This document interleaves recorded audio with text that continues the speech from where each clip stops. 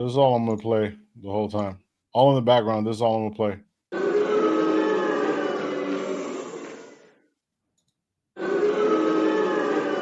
What are you supposed to say? You don't hear the booze? Oh, I thought you were gonna say something. Horrible.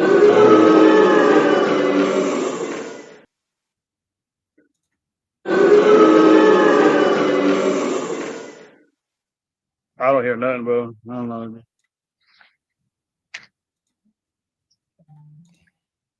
I don't Oh think. shit, we should have a live. We moment- live. we should have a moment of silence right now. I know fucking moments. Let's go. What? I don't even want to do this, bro. Like, I'm over this shit. I will. Got plenty to fucking talk about. What's up?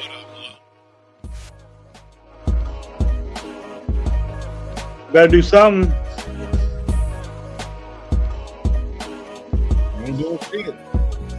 You better do something. I ain't doing shit.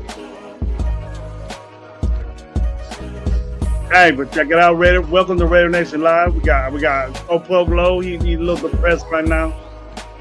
But bad loss. Very bad loss for the Raiders this game. Woke up early for this shit. Just like I went to Vegas for that shit. Got worse. Got worse today. Got beat by a backup quarterback. Old backup quarterback. You see the gray hair on the side of his head, right? That was like me running around out there, probably.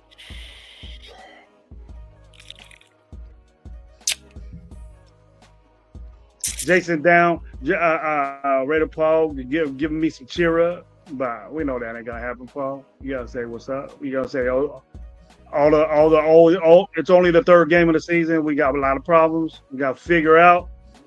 Might be too late. Same dudes we were talking about. We've been talking about, right, Lo? Same dudes we've been talking about. But we'll get to the topics at hand. I'll let Lo get a little motivated. I hope I did. But, hey, welcome to the Raider Nation Live. After party, after game party, if you want to call it that. And we wait for Gabe. Gabe's a little pissed off. He looked pissed off. He might be asleep. Just waste of a day. Basically, when the Raiders play at 10 o'clock. Waste of a day. If you're like we are. See, low speechless about the way we play.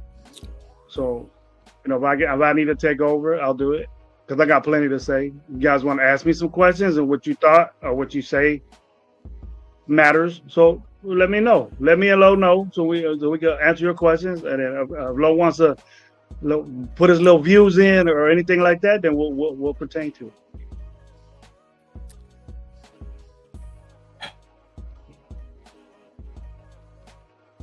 He's still speechless. So here we go. I think Lo, just don't say nothing, but just do what you normally do. What you're supposed to do in this podcast is read the chat and tell people thank you for being here with us.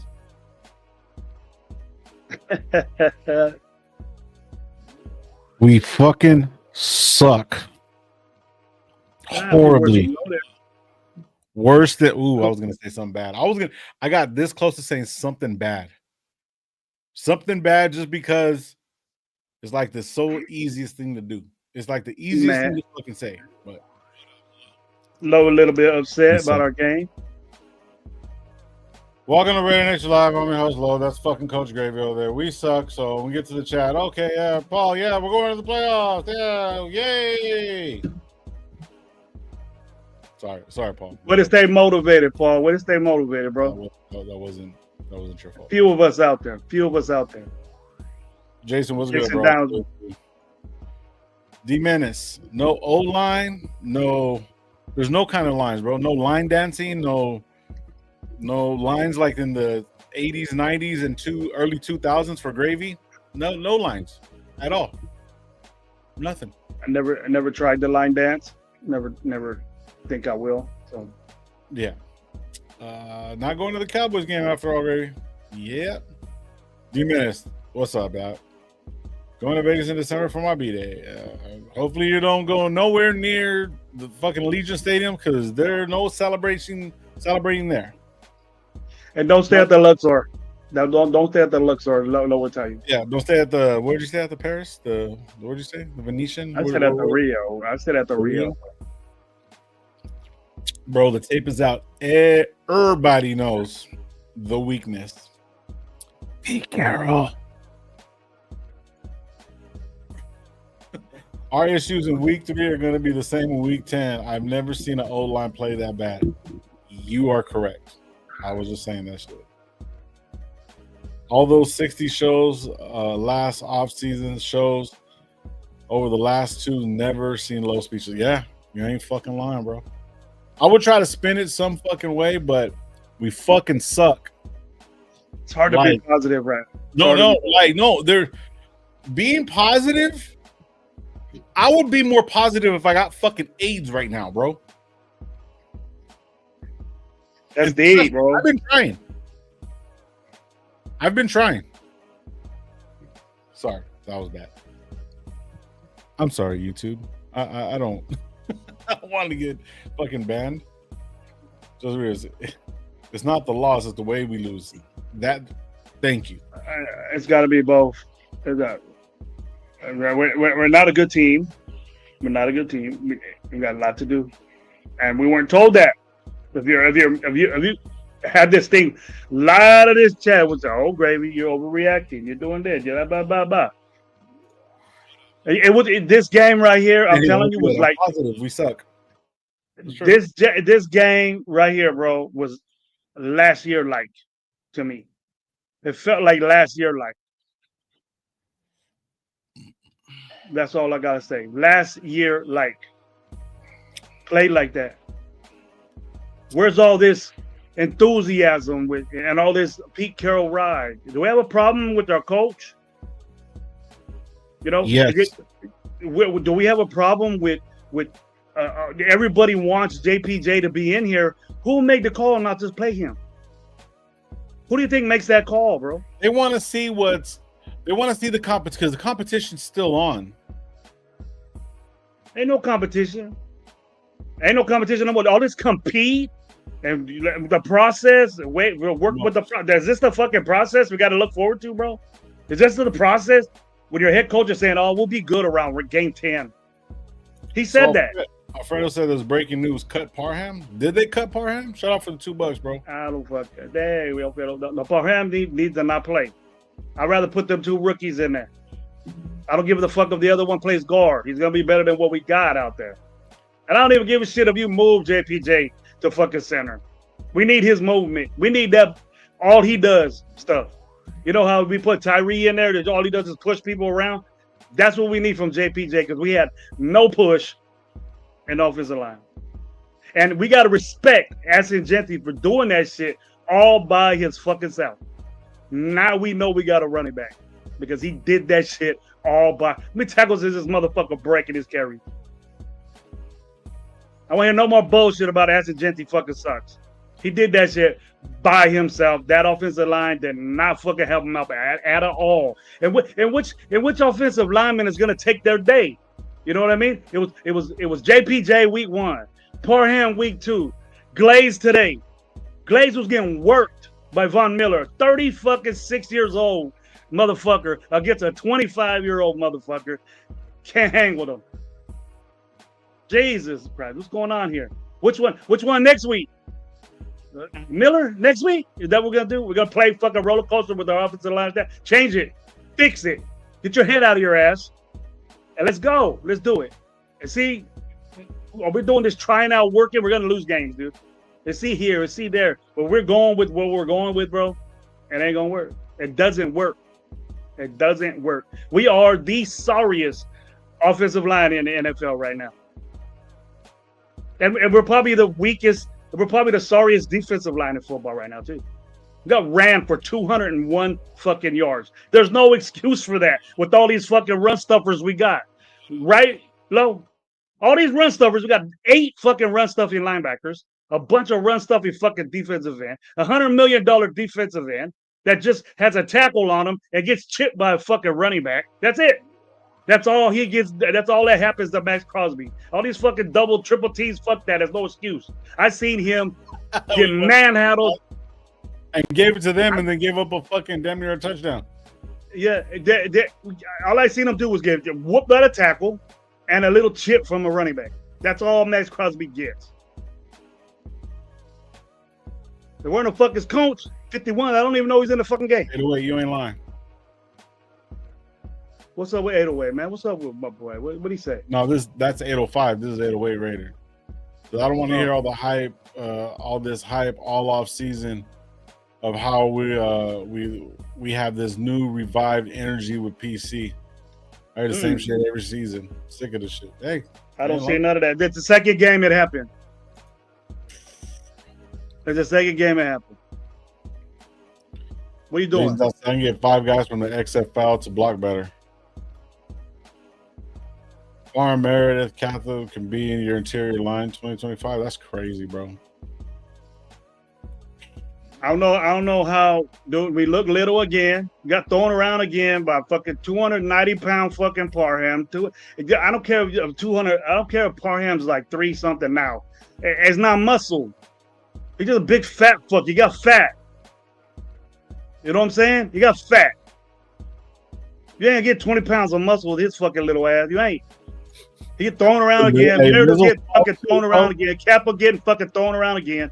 You know what I would do? Fucking, if you guys don't want fucking, JPJ needs to be in there as a guard to move motherfuckers around. Leave him at right guard. Put fucking Meredith at left guard and put that Putnam motherfucker that can play center. I'd rather see that. Or throw the young fuckers in already. Because we can't see this again. You're going to lose games. We're going to be talking shit all day. The shit that tripped me out the most is as Gino's handing the ball off,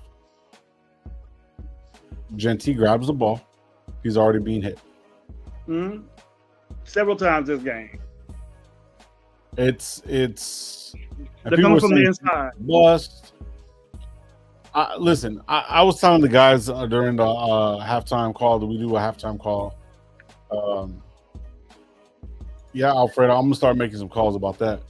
But I was telling these guys, like, every single other game that I watch, bro, everybody looks like their ass is on fire, like they're moving, they're fucking, when they're even doing, you know what I mean, when they're showing, like, you know, bluffing on the blitz, or, you know, running, you doing motions. They look like they're putting their foot in the ground and they're moving and they're pumped and shit like that. We're just casually just fucking moving along, just slowly moving. We have no fucking pep on our step. We have like no aggression. It looks fucking horrible. It's great. It's just disgusting. Father and son football fun. Pay me 1.5 million. I can stand there. I'm not blocked too, bro. I'm telling you.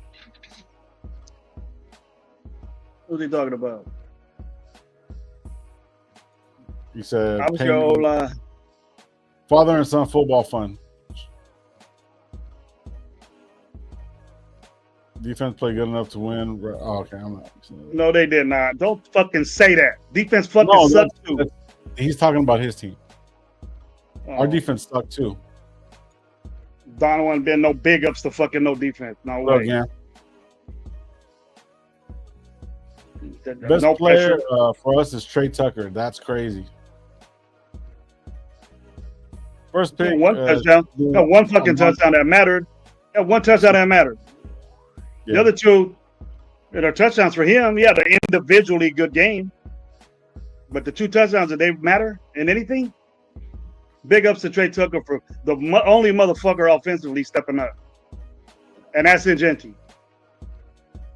That's in Genty step up. With the no-win situation with the way that offensive line, they got worse. I'm going to keep bringing them. They got worse. Tired of it. I'm fucking tired of it. Put the young guys in. Put the fucking young. That's it. The experiment ain't working. And I know it ain't going to happen. It ain't going to happen. So then it's going to fall on the main man. So when we're going to start talking about him, we're going to make excuses for Pete Carroll. He went in there. You see how quick his fucking press conference was, Lo? What's that? All the outs real quick. Oh, it's on me. It's on me. I should have had my guys ready. So you're admitting that you weren't ready. Obviously. You guys can't pick nothing out. You can't pick nothing out positive about this fucking day at all. They got worse. Yeah. Jency got a lot of carries. Man, that guy worked today. He had to bust his ass to get what he got. He had about 60-something yards. He had to bust his ass to get that, bro.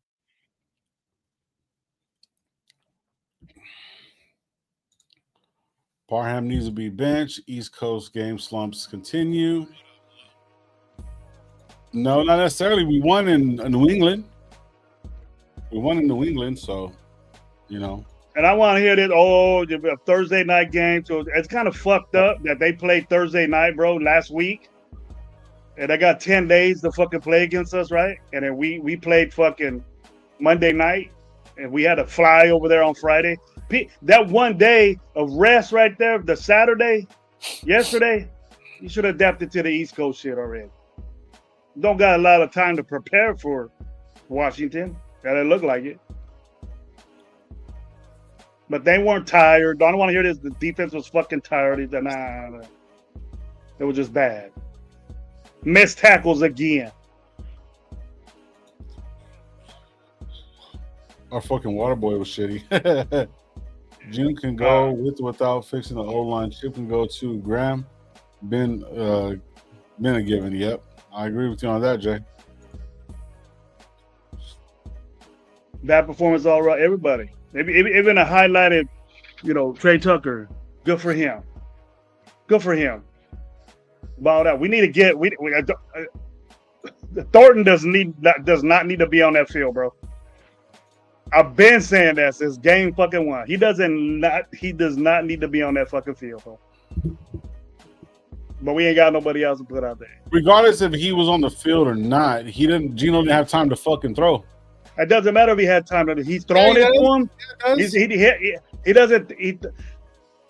He's throwing it to the guy, and the guy can't do nothing to go get. Where's this fucking radius at? And that fucking 6'5", he's covered.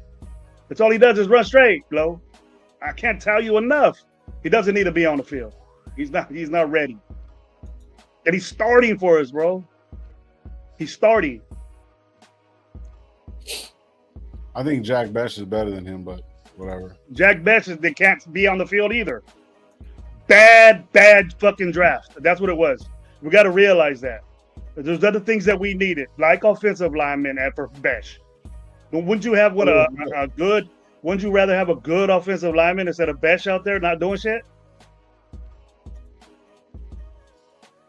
Yeah, so I see why Seattle moved Pete Carroll to office position, and I blame Spytech for not getting Liney.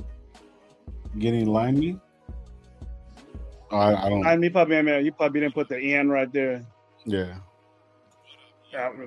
Deservedly so, bro. Look at the product they're putting on the field, bro. Deservedly so. And then they bitch. Never go into a game unless we're winning. Never. I'm one of those guys. I ain't wasting my money out there again for that bullshit. Nope. Get better. I'm not going to the LA game this year. Get better. I've already made a decision. I'm not going. Not even fucking gonna waste my money, waste my breath. We're fucking booty like that. But hey, man, I'm gonna do it. Nope, I'm gonna do something better with my time. I'm questioning the we were so pumped up, bro, and then this is what we get. We got guys that we picked high not playing at all. Or even Darian Porter looks missing tackles and shit. This guy was starting for us, bro, in the middle until we got fucking Kai Blue Kelly. And we got him out there. Slated to start. What the fuck? They seen it early because he's ass out there right now. He's learning how to play. None of our, besides Genty, nobody is doing anything. Everybody is inactive. All our draft is inactive. Why? When you want to win now. I was told I ain't in this for the long haul. What's up? It's in the long haul for me. You're lying to us again. We're getting lied to. The Raiders are what Vegas is meant for. And people don't realize it. And I've said this shit. I didn't want this team to be this. But when you're at your end of your career, you will go start headlining fucking shows in Vegas. That's what it is, bro. That's what we're gonna be. That's exactly what the fuck we are. We are the last fucking stop. We're making all this fucking money, not spending it on good fucking coaching, anything like that. You know what I mean? What up, Raiden? What up, like, Raiden? I'm being dead ass serious, bro. Like, on some real shit. Like, it's rap. Like, we're just gonna recycle bad coaching for the next fucking 10, 20 years, bro. Well, then that's exactly what we're gonna do. Mark Davis is gonna do that. He's gonna fucking line his pockets. Everyone's gonna show up, pay $2,000, $3,000, then the hotels and all that shit, jacking up prices, resorts fees, food prices, all that shit, bro. All that shit. We're the last stop, and everybody who like what's the coach name for the fucking say Tomlinson finally fucking does it. They said, okay, we're done with you, Tomlinson. Guess what? We're gonna get him when he's fucking 70 years old. Farewell tour. That's what it is. All the coaches are with the farewell tours are gonna come to fucking Vegas, and that's gonna be it. Oh, I know Drew's mad. Drew's mad. Some bullshit. I go see it this week, bro. You know, that's what it is, bro. It's 11. Check this out. I had a hookup, and we're going to get sponsored by Black Sunday, right? For what? I was waiting to see exactly what we're going to do the first 4 games of the season. Nah, well, I mean, I get it, but like, dude, like, for what? Like, people ain't gonna want to buy shit. Like, I mean, do what they do. Raider fans will buy anything. There's deep Raider fans. I'll get that shit. That shit look dope. Clothing line that he worked on for Raider shit, bro. He's like, dude, if they're not winning, I'm not selling it. He said that? Yeah. He's not a good business. He's not a good business. Because he's selling other shit. There's other teams that are winning.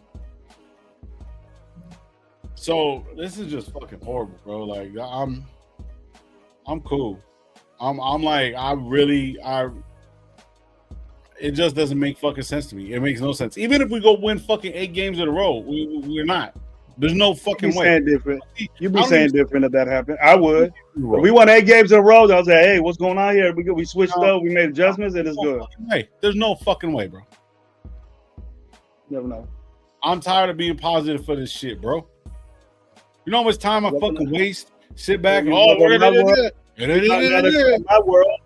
you're in my world, that realize from the get that we have problems in certain areas, and everybody huffing puffing said, "Nah, Grave, you crazy? What's happening?" My opinion, he made us look like bitches. That's what he did. He made us look like bitches, not chicks. I like chicks. Chicks are cool. This motherfucker made us look like we're the bitches. We do what the fuck we want. We cheat on them, do whatever the fuck we want to them, and then just, hey, you're a bitch, and get the fuck on. That's exactly what Mariota did. We got to start blaming the people that we don't want to. We got to start telling these people, we wanted JPJ in the game. He needed to be in that game, bro. We needed that push. He's not in the game. Whose decision was it to sit him out? Pete Carroll's. You might be listening to doctors. You know what I'm saying? But I seen him out there on special teams, so he can't play. He can play special teams, but he can't play fucking offensive line. What the fuck? How stupid do you look? How stupid do you look trying the motherfucker out there on a field goal try, but he'll get banged up just as much as a fucking offensive line. I don't get it. Yes, T.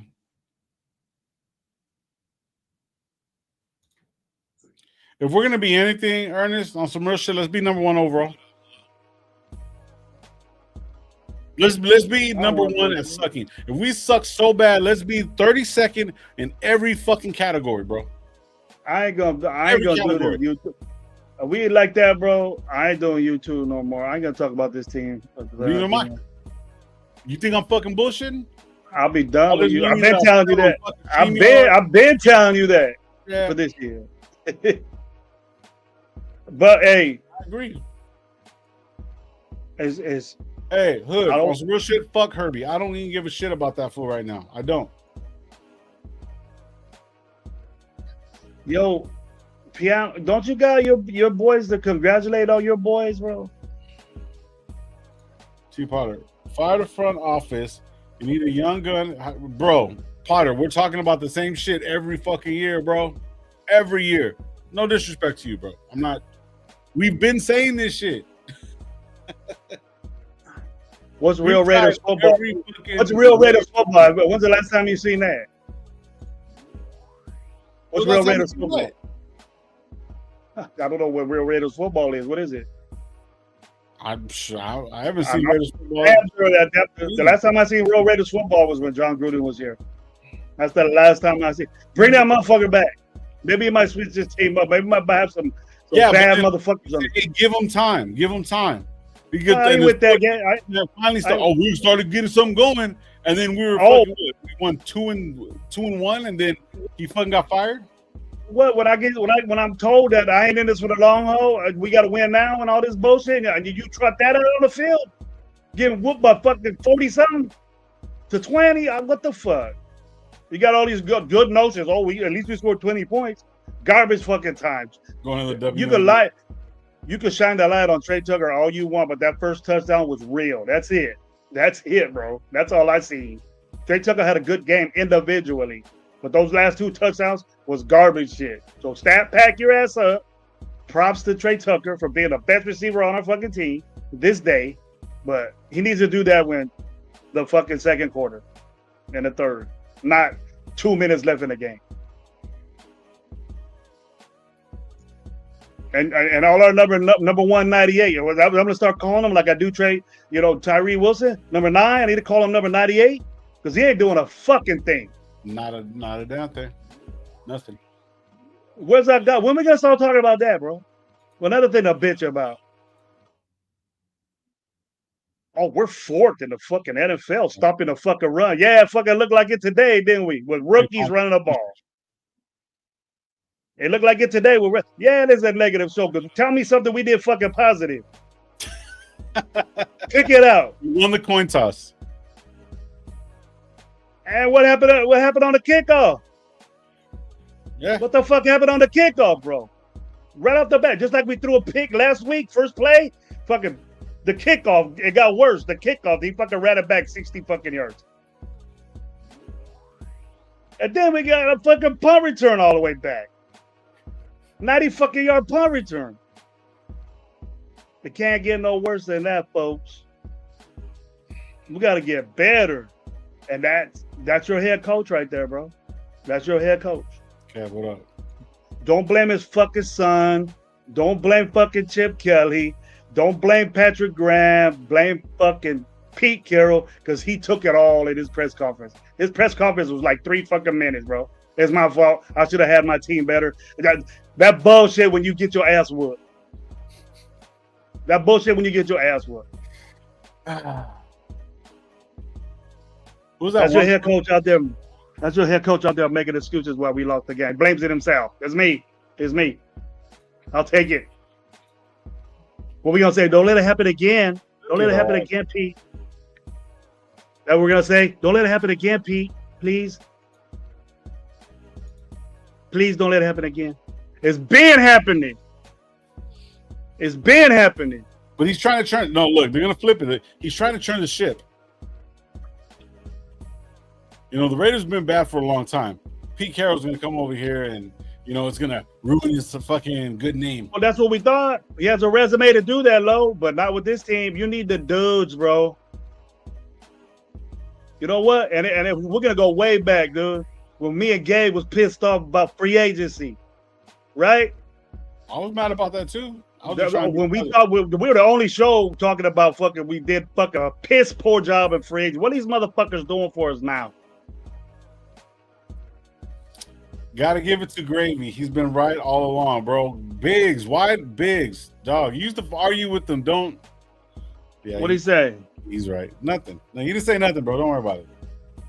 He says, "Got to give Gravy. Got to give it to Gravy. He's been right all along. We're drinking the Kool-Aid right now." And I don't want to be that way, Biggs. You know me. Bro. Says, you know O-line play calling secondary. All sucks. The secondary was bad. Nothing fucking good. Shout out to Chris, though. Ain't nothing fucking Tell me good. what you think, Chris. Tell me what you think, Chris. Okay, you're not the only crow. You know I've been doing this regime. Yeah. And now, you know what? I don't know why everybody is so like, I'll do it game by game, bro. I'll talk shit on Pete Carroll. He fucked up today. We got outcoached again today. In all phases of the game because we got special team touchdowns against us. You know when it's shit when he's losing and he throws his gum, bro. He threw his gum. I was like, oh shit. Oh no. He threw the gum. Fucking pathetic, bro. This is pathetic. This is fucking pathetic. Gino didn't have no shot of doing anything, bro. I'm surprised Gino did what he did. I'm surprised Gino did what he did. What's up? I'm surprised Gino did what he did, Lo. The way he played, getting out of that, and I'm surprised he did what he did. Because it was bad. It was worse. That's the thing. Gino wants to win, regardless of whatever. You could tell that he wants to win. You could tell that he can play. And he's old, and this, that, and the third. Fucking is Mariota older than him? Fuck yeah. And then, okay, now this is the thing. He had offensive line. He had weapons. He had Deebo Samuel, Scary Terry. Fucking Gonzalez was running all over. Who was that one kid? The other kid from Boise. The two-name kid. The Rodriguez kid. Oh, not Rodriguez, the other one. That broke they had fucking 5 running backs that got 200 fucking yards rushing, dude. Against the number 4 fucking rushing defense in the NFL. Did that look like it? Nope. Right. I have no problem with Gino. It all starts with the bullshit that they're doing at JPJ. Bro, and then I think that's what it is, bro. If he's out there on fucking special teams, bro, he got to be out there fucking offensive line. What's the problem? What do you do? Did he call somebody out? Is he that type of dude saying, fuck, well, how come I'm not in? This is fucking bitch shit. Is he bitching because he's not playing? Then he's right. Yeah. He's right. Yeah. Quit thinking you got motherfuckers held down. That generation's gone. That generation's gone now in football.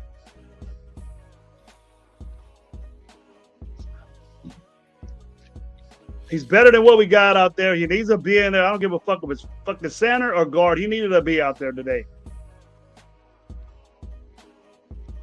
So he's saying, do you think the game has passed Pete Carroll by? That's why I was hoping for a young up-and-coming coach like Coach from McVay or McFlurtree. Yeah, LaFleur. Yeah, I feel like that. There you go, Omar.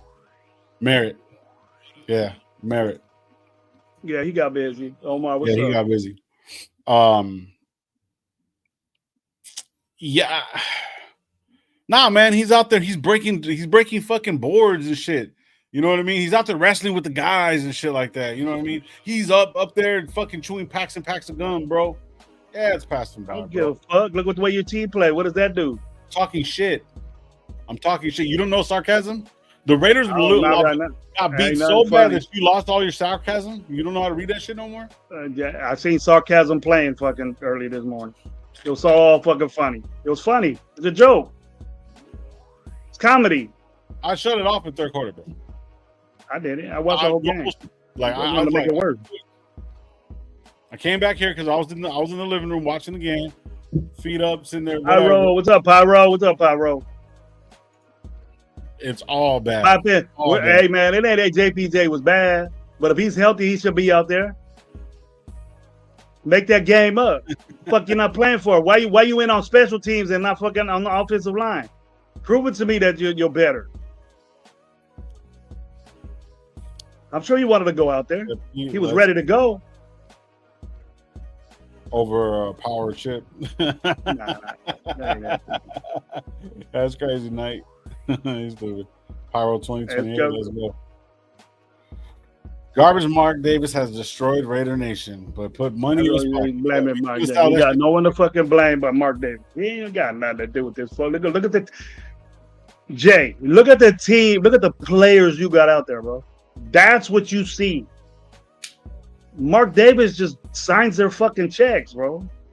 Yep. That's it. He pays them. He ain't out there picking talent. Oh, hell yeah, Chris. Definitely. Brother, you already know what's up.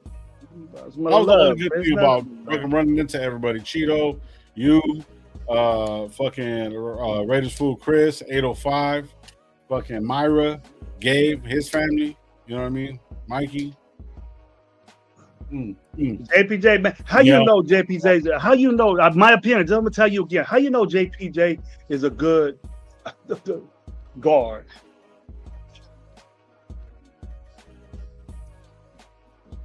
You did say that. How you know? I did say that, and I mean it. How you know? How he's so on the come up that JPJ and Kappa aren't the same way? He played like fucking Kappa when he was in there, didn't he? He played worse.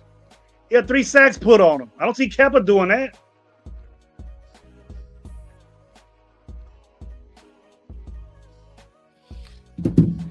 Unless you're satisfied, unless you're so sprung on JPJ where he's the best ever, and you got his fucking jersey hanging on you right now, that there's no win for me because you feel the way you feel about JPJ. I feel that JPJ needs a lot of work, bro. In 2 years, he's fucking guard almighty and center almighty to you, and he hasn't done shit. What up, McKenna? He might be my opinion, but I ain't seen it yet.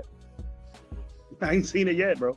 I said that shit too, Chris. I said that he was a good center. Not a great center, but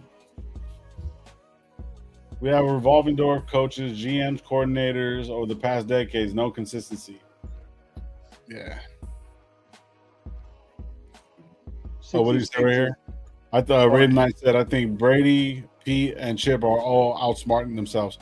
Well, wasn't fucking Brady up in the fucking booth on Monday, sitting there fucking calling plays or listening in or whatever or not? You would think shit would be different. Nope. If that's the case, then now you know why we play the way we do. Bro. If that's the case, stay the fuck out. Miller was trash too. He didn't have a good game. That whole offensive line was booty, dude. Was bad. That whole offensive line was bad. They had a bad game. I like booty, like I do, like you know what I'm saying. As you know, I love booty, right? But that was trash, bro. There's a difference. I don't like trash. Trash. I know I'm gonna hear that. He's the best center on the team. I didn't see no problem with the exchange this week. Did you? I didn't see no problem with the exchange this week. How many pressures did Meredith give up compared to Kappa and our offensive line didn't fucking play bad because JPJ is not in there. I hope you guys ain't fucking thinking that. I hope we're not thinking that. I am. The one guy, huh? I am. Okay. All right. Then you're just like these couple of these dumb fucks that are on the fucking chat, bro. So now you're calling me a dumb fuck? Well, when you say some dumb shit, I'm gonna say that. Yeah, I'm a dumb fuck. Yeah. You're right. I don't think nothing would have changed if we would have had JPJ in there. They were that dominant. Everything would have changed if you put him at center. And people's minds, yeah, bro. We would have been a center. We would have fucking ran for 65 yards instead of 60. 63. You see 3 yards, 3 more yards. Fuck it. And tell me this, though. No. On a 4th and fucking 1, right? Again, we're in a fucking shotgun. And what do? Dylan Lobby is next to fucking Geno Smith. Yeah. Time, bro. Let's go. Coming to CMC part 2. Same result. I bet you were like 0-5 in fucking 4th down conversions, bro. What the fuck with? You might as well line up JPJ back there as a running back and have him bash through there if you want to do it. Where's Pegues at, bro? Pegues was bad at you? Exactly. And be that guy. What happened? That would have been fun. That would have been something to talk about, right? Yeah. You want to mix some shit up? Watch his fat ass get fucking bulldozed and lose 2 yards too. They're no different than Jency. I'm telling you, bro. I'm telling you. There's another fucking draft pick. These guys are inactive, bro. That means that they don't have no intentions of playing these motherfuckers. They're inactive, those defensive linemen. Inactive. What the fuck we get Mostar for? Nutty, what up, bro? Where's my boy at? Where was Nate? Nate's in there? Yeah. What up, Nate? You're a tone setter. I believe you with that. He'll set the tone. I realize that we need that, you know, the attitude, the thump that he brings. Maybe it's contagious. We didn't see, we didn't see none of that shit, bro. I like this. The Raider Big said Washington D-line was in the backfield more than Genty. Yeah, bro. And then he wiggled his way out of shit and got fucking yards, bro. Yeah. Give it up for Genty, bro. Give it up for that boy. No. There ain't no pose. They're doing a disservice to Genty and Gino. Retire your but man, I don't like Lou being there, bro. I know it was late in the game, and I didn't expect. Finally, they fucking took Genty out, wisely. But use some other two guys. But if you're going for it on fourth down, you want to get it, bro. Don't be in the shotgun and give it to a guy that doesn't do that type shit. It's just over again. Well, what? Look at your personnel. Who's calling you? Who's a personnel guy over here saying, "Okay, go ahead, Luby. Let's go, man. Try it out. Best of luck." But when they say, "Good luck, bro. Good luck. Good luck, play. Let's go. Let's try. Get something that's efficient." He was a fifth-round draft pick. Who? Luby, or was he undrafted? Like fucking 7. You picked him like a booty ass shit. He ain't supposed to be there, but he's a good special teams player. He ain't supposed to be getting the football. No, he's not. He can't fucking tackle like that. Not today. Not today. Shit. And Jack Kenna making excuses for fire Brennan Carroll. But JBJ as a corner. Yeah. Fuck it. We talked about that too, bro. Quarterback, bro. JBJ for quarterback. I don't know, man. Besides what everybody's saying, Trey Tucker being a little light that shine, minor light. But I thought Ashton Genty did his thing today. So the O-line can't make a whole side of a barn with a tank, bro. You ain't lying, bro. Leo says knew Genty was going to be a bust. No, Leo, he's not a bust. No offensive line. Roger Voicing?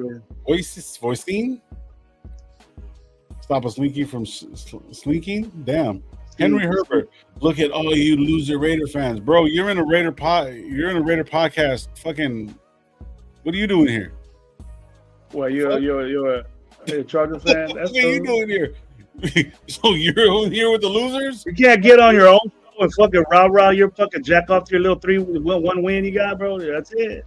You can't check up on your guy. Get together, bro. We gotta get in our shit. I wish. Do you have a show? Give me the link, bro. I'll head over there and do it. Don't you guys need Charger shows? I'll get on there real quick. I'll be the piano man of fucking that dude. Look at all the stinky loser fans, Raider fans. Oh man, I fucking heard about that. You hurt my feelings. You hurt my feelings, bro. We're dude. You know what, Henry? You're right, bro. You're right. Okay, Jack Kenna. What would that do, bro? What would that do? What would that do? What can I say? Am I wrong on kicking Brendan Carroll? That is a good question. It's the players, bro. Oh, we kick out Kenna and the players are gonna play better. He's not designing the plays. He's a run game coordinator. I felt that out. Now I know why I run it. If he's that bad, he's in charge of our running game and the scheming of it. He's in those type meetings where he's in charge of running game with Chip Kelly. He's a running game coordinator. It might be a title. It might be a title that Pete put on him for him to be an offensive coordinator later on in the future, or soon. But I don't think he's I don't think he's doing that. But firing Brennan Carroll isn't gonna. Would you fire your son if he worked for you, even though he was doing a bad job? Think about that. Really? Yeah. You're gonna make yourself look. You're gonna make yourself look. I'll You're gonna fire make yourself look stupid. You're gonna make yourself look stupid. Quick. I would fire my son in a fucking second. You know what? That's just an excuse because we're playing bad. Fire him. Fire him. That's just an excuse, bro. Just say. I remember one of the podcasts, right, when everyone was saying, "Oh, well, he brought in his son and DEI hire or whatever, whatnot," right? When all that bullshit was going on, when he came in, all right. I remember reading some of the fucking years that he's had in fucking schools that had no bearing on anything. Like, you know what I'm saying? Like, and I was sitting there reading it, trying to big him up, bro. Like, I was like, all right, maybe he has something. You know what I'm saying? But in all actuality, bro, why in the fuck would you even do that? He's never won any championship as an offensive line fucking coach, coordinator, whatever the fuck you want to call it. He ain't coordinating shit. Baby. He ain't coordinating shit, bro. Nothing. Bro, I would have helped him pack his desk and have security repossess the badge. You have to say, hey, I'll see you at home, son. Get the fuck out of here. I think it's time to. What did Meredith do today? I would fire my kid. Oh, Gravy lying about firing his kid. I put my hand to God. He would fire him. He wouldn't even let him come back. I guarantee that shit. Me and Gravy have. But look, you're right. You're right. But look, who said that? Somebody said that. Gravy lied about it. Okay. But look. In football, you want your children to come up, right? It's not life. This is football. I'm sure Brennan Carroll will be fine if he gets fired. Oh yeah. But what would it look like to Pete Carroll, or how would Pete Carroll feel? It's more than football in that way to him. You know what I mean? It's more than that. And Joe Philbin is there, but does Joe Philbin want that response? Joe Philbin he needs to get more involved. I think maybe they should take that running game coordinator from him. But that's extra duties. That's actually you're game planning now, so it's taking time from you teaching these guys or working with these dudes. Less time that your assistants work with them. So Joe Philbin is probably his impact is not with that offensive line all the time. If you switch that, just minor maintenance on Brennan Carroll, maybe he just needs Joe Philbin to get in his ear more than what he does. Fuck that. He's been there all off season. One of the biggest fucking moves where when everything all of those players, though, so they're the same player. Has anything changed, bro? Has anything changed? Fuck that. The thing is, though, right when the season ended, and we were like, oh, well, let's see if what's the name's going to come back, if Antonio Pierce is going to come back, all that bullshit, right? First thing they did, get rid of Antonio Pierce. Second thing they did, got rid of fucking the general manager. Then they turn around and bring Pete Carroll in. We got to get him in here fast. We got to get this shit going. So Philman stayed, that fucking Antonio Pierce brought in, and you know what I mean? And then who else was here? And then all of a sudden they brought everybody the fuck back in, bro. And like they've been there talking, bro. What the fuck else do they need to talk about? It's fucking game time. Third week of the season, bro. But the responsibility of Joe Philbin, he could have been there from the get because he's a coach. But the responsibility that Brennan Carroll has as a running game coordinator, you could take that title away from him and give it to somebody else. His responsibility of run game coordinator affects the play calling and affects the game planning. So he needs to work more solely with the guys. Breaking news. One of Pete Carroll's guns that he threw up in the air hit a fan in the eye, and they're suing him.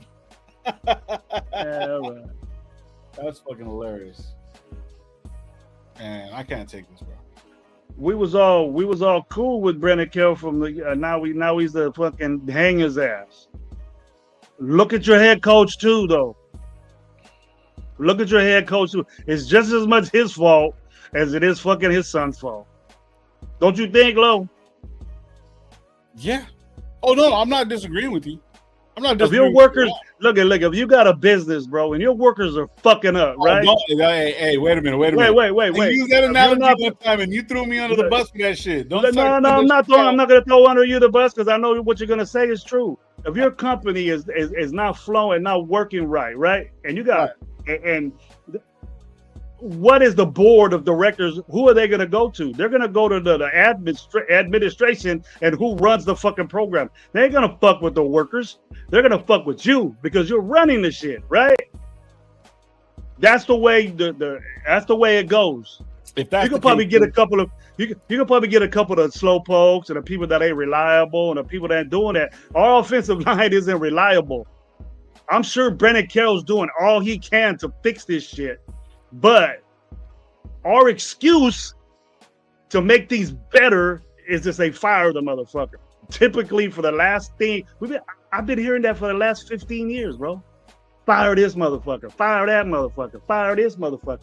We knew that AP wasn't gonna be a good head coach. We knew that, Lo. We said it. I don't know about this dude, right? But he pumped us up so bad, and then look what happened. Look what the fuck happened. And we're getting it again. And our excuse is to fire a fucking coach. Let's get rid of some of these motherfuckers that ain't doing their job, bro. Let's get rid of the fucking workers and get better fucking people, which we said back in May during free agency and fucking the draft, right? We said that. Let's get fucking offensive linemen. Fuck Jeremy Chin. We had a safety. Right? We got a problem with this. We lost Hobbs. What happened? We need Hobbs. I don't give a fuck. How you know you would have got hurt with us? Because that's what Hobbs does. And then what is Chin doing for us? By missing tackles and not being in right position. These coaches got to put the players in right positions, bro. And the players either don't get it or the coaches are fucked up. Are fucking up too. And where it all boils down to is the head man. We blamed AP for fucking everything last year. Why can't we do that with Pete Carroll? I blame him, bro. I blame him because JPJ wasn't in there. And he fucking said something, I think. He said, fuck this. I don't like this shit. You keep me out of the game. And then Pete Carroll, all the old school saying, well, fuck you, motherfucker. You ain't going to play then. But I'll throw you in on fucking special teams here. I'll disrespect you putting in on special teams. But you can't play O-line. What's wrong with you? That's Pee-wee shit. And that's what we played like. We played like a fucking Pee-wee team. That's what it looked like out there. Missing tackles and shit. You got him? I got him? You got him? I got him? That's bullshit. Looking around at running backs fly right by you, get fucking 60-yard runs on you. When you're the fourth, I heard all this bragging. We're the fourth best fucking run stuffers. We're the fourth best fucking run stuffers. What up now? What up now? I'm pissed. And I'm going to talk about it. I'm pissed. I'm going to talk about it. Saving us money. Yeah, saving us money. If you guys got fucking time, let's go. We got cheap fucking players.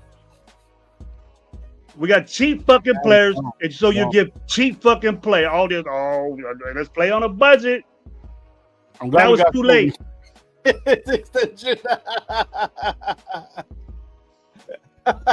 Now we're such on a budget.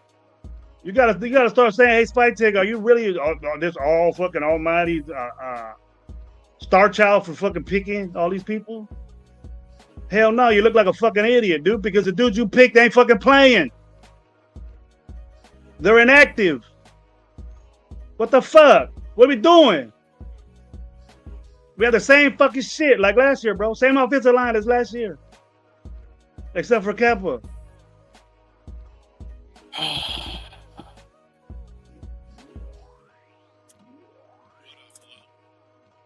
But I'm not saying that the Gravy said, bro. Not yet. But it's getting close. Oh, I'm saying Gravy said. It's getting close. I'm saying Gravy said.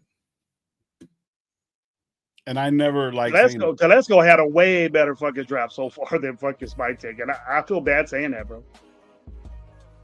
Telesco got fucking Christian Wilkins. Well, he didn't know he was gonna turn out to be fucking crazy, right? He didn't know that.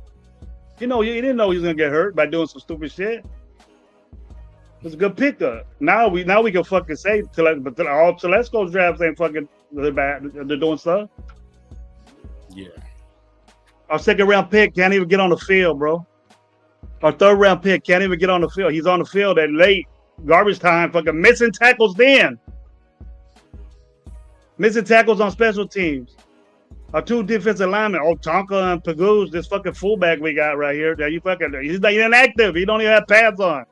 He's probably not even in fucking Washington. He's probably watching it in Vegas. RM, you ain't even lying. When I turn around and see Gino having to bring Ashton Jempty up in the middle to be right behind fucking Kappa to block, what's the point of that? He's out there, man. I told you, our quarterback knows what's up if he's over there blocking a fucking defensive. I seen that, but he get out there and got in the way. And Jempty got some yards right there, bro. That's helping out your dude. I'm over it, bro.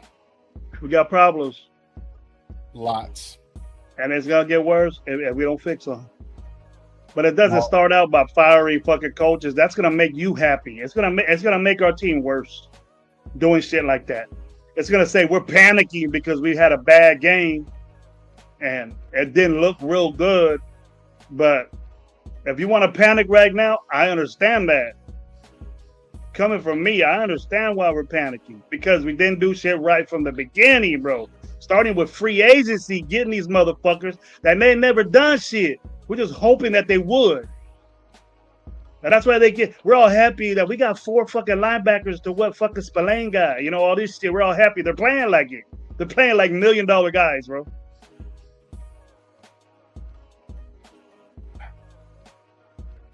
And $1 million is ass in football, bro, in NFL. That's ass. Yeah.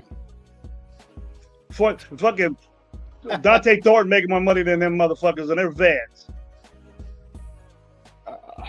Bad game? How about a bad 10 years? You ain't fucking lying, bro.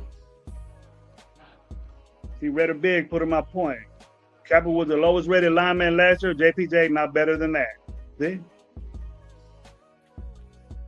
No, how can he be the lowest rated lineman? At least he's better. JPJ is better, not that low. we said he played a different position, but it's different. They grade different. Right before the game. Hella slow, bro. Hella slow. That dude looked like he always on jet lag though. He's a thump. He didn't thump nobody today. We were so happy about this thump we got, man. This all this shit. We ain't got none of it today. We got none of it today. And you got to say, hey Pete, where the fuck you at? I don't want to say they let Pete down, but fuck, I know he ain't coaching no team like this. He probably tripping. He's like, what the fuck happened out here? I thought we were ready. We let Pete down. He let the Raider Nation down, bro. This whole fucking team, this fucking guy back here, everybody on that fucking team, bro, just let everybody down, bro. Everybody. I am not buying another fucking Raider shirt. I'm not buying another fucking Raider hat. I don't give a fuck, bro. Like, I ain't doing shit until I see some fucking major changes, bro. Sorry. I'm not supporting I know Raider guy. Hey, what's up, man? I met you. What's up, bro? Hi, Raider Nation. What's up, bro? Ain't nothing new. It got worse today. Bro. And then, you know what, my opinion? That's a problem, bro. You know, I don't know where we keep doing this jump ball shit. You know, we talked about it. We talked about it, bro. And I wasn't with that, Hello. I wasn't with that jump ball shit. But see, we do it more than anybody in the NFL. I don't know why. I do not know why, because we're not successful at it. Tell me when this dude has got to fucking moss somebody. When has he mossed somebody, bro? He can't even run a route right. Wouldn't you want him to do that? Nah. And he started for us, bro. He started for us. That's all we're gonna do is just throw him fucking jump ball. Dude, you're just excited every game. Oh, let's get that one 50-50 ball that Thornton can get. And you'll be happy for the game.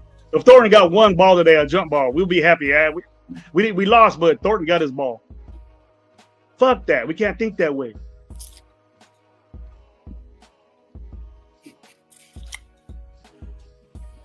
He always at top leadership with the draft problems. Yep. The line. I just clicked and added to the cart right now. I'm not. I was telling my kids after all of the fucking game, we went to grab something to eat. I was like, I'm not buying one more fucking Raider anything. I got it. Those are all hats. Those are all hats back there. I got another fucking set of hats. I got shirts. I ain't buying shit. I ain't buying a fucking thing, bro.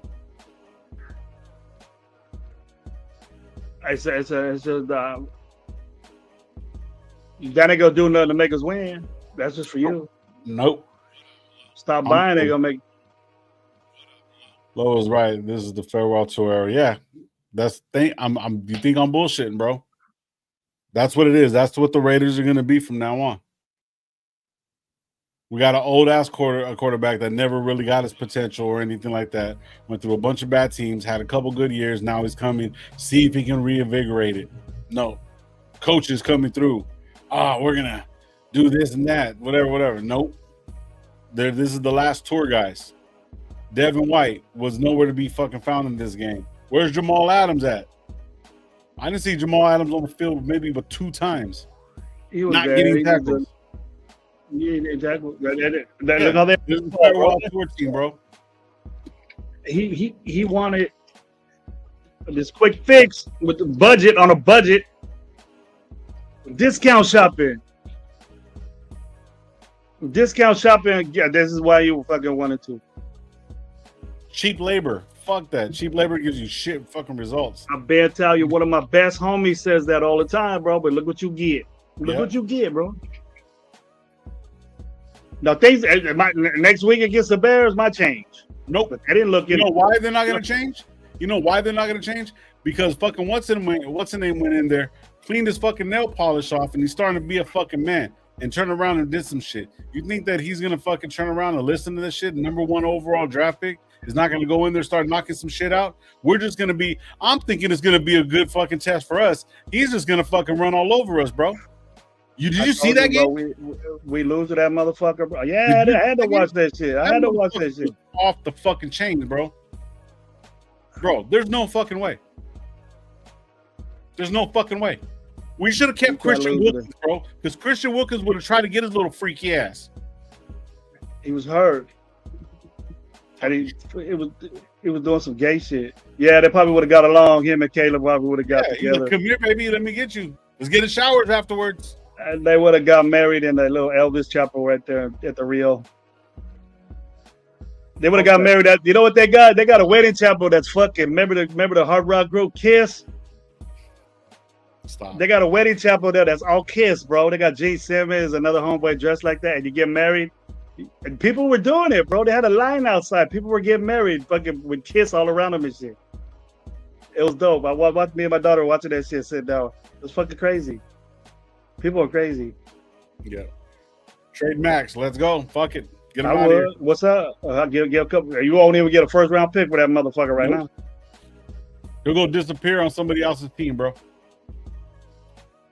Send his ass to Cincinnati. I don't give a fuck. I said that shit 2 years ago, and everybody, don't trade Max. He's not productive right now. He's not being productive right now. And people will give you the excuse, Lo. Oh, he's getting double and triple team. I know you ain't sitting there watching Max. I know you ain't sitting there. That's the excuse, bro. He's so good, he gets double and triple team. But Garrett, all they're doing is they're blocking him with their tackle, and they're putting a little running back chip on him. That's it. You know who was getting double teamed? Adam Butler was getting double teamed by a guard and a tackle. That's who was getting double teamed all day. And he was still getting worried about it. And Adam Butler was getting a push, a little minimal push.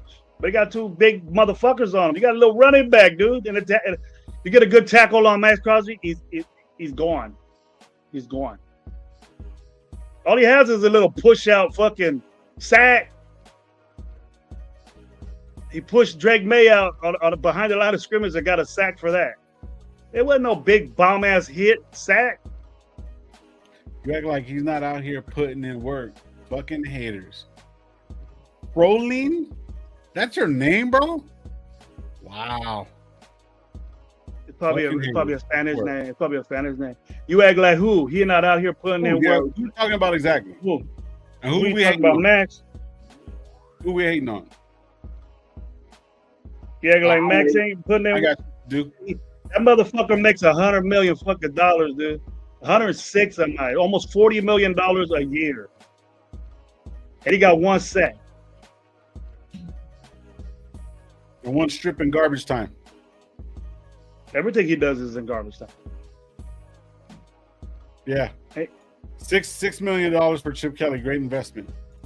He ain't looking like it either. I'll talk shit on Chip Kelly too. Changes must be made ASAP. As much as I like them. Miklo, We want to say when we gonna say that we need to make changes before it's too late. When we gonna say that? This is the thing that pisses me off. Whatever your name is, Gonzalez, bro. We're fucking haters, bro. Okay, what's the purpose of the fucking game, bro? The purpose of the game is to fucking win, right? And they don't win, we shit on them. If they fucking win, if they win, we're still gonna shit on them for the bad shit that they did. We want to see perfection. We're fucking Raider fans, bro. We're not sitting there like, hey man, we're wearing all this shit, going to the game, spending thousands of fucking dollars just to sit back and get fucking ass whooped by a fucking over the hill fucking backup quarterback that's fucking older than our quarterback, bro. Like, we suck, bro. Like, what the fuck are you talking about? I like this one too. How is it the truth? See, I love this one too. Young motherfuckers nowadays, bro, they don't understand. When you turn around, oh, you just hating. No, it's the fucking truth. Look at this. I like this one too. Like, this is the one I like the most. This is the one I like the most, bro. But Raider, he has the Raider tat, bro. I know it's sarcasm. He doesn't mean it, but that's you hear that. Right, I'll play with you. That's a sack or two right there because he has a Raider tat, huh? Yeah. He has a podcast.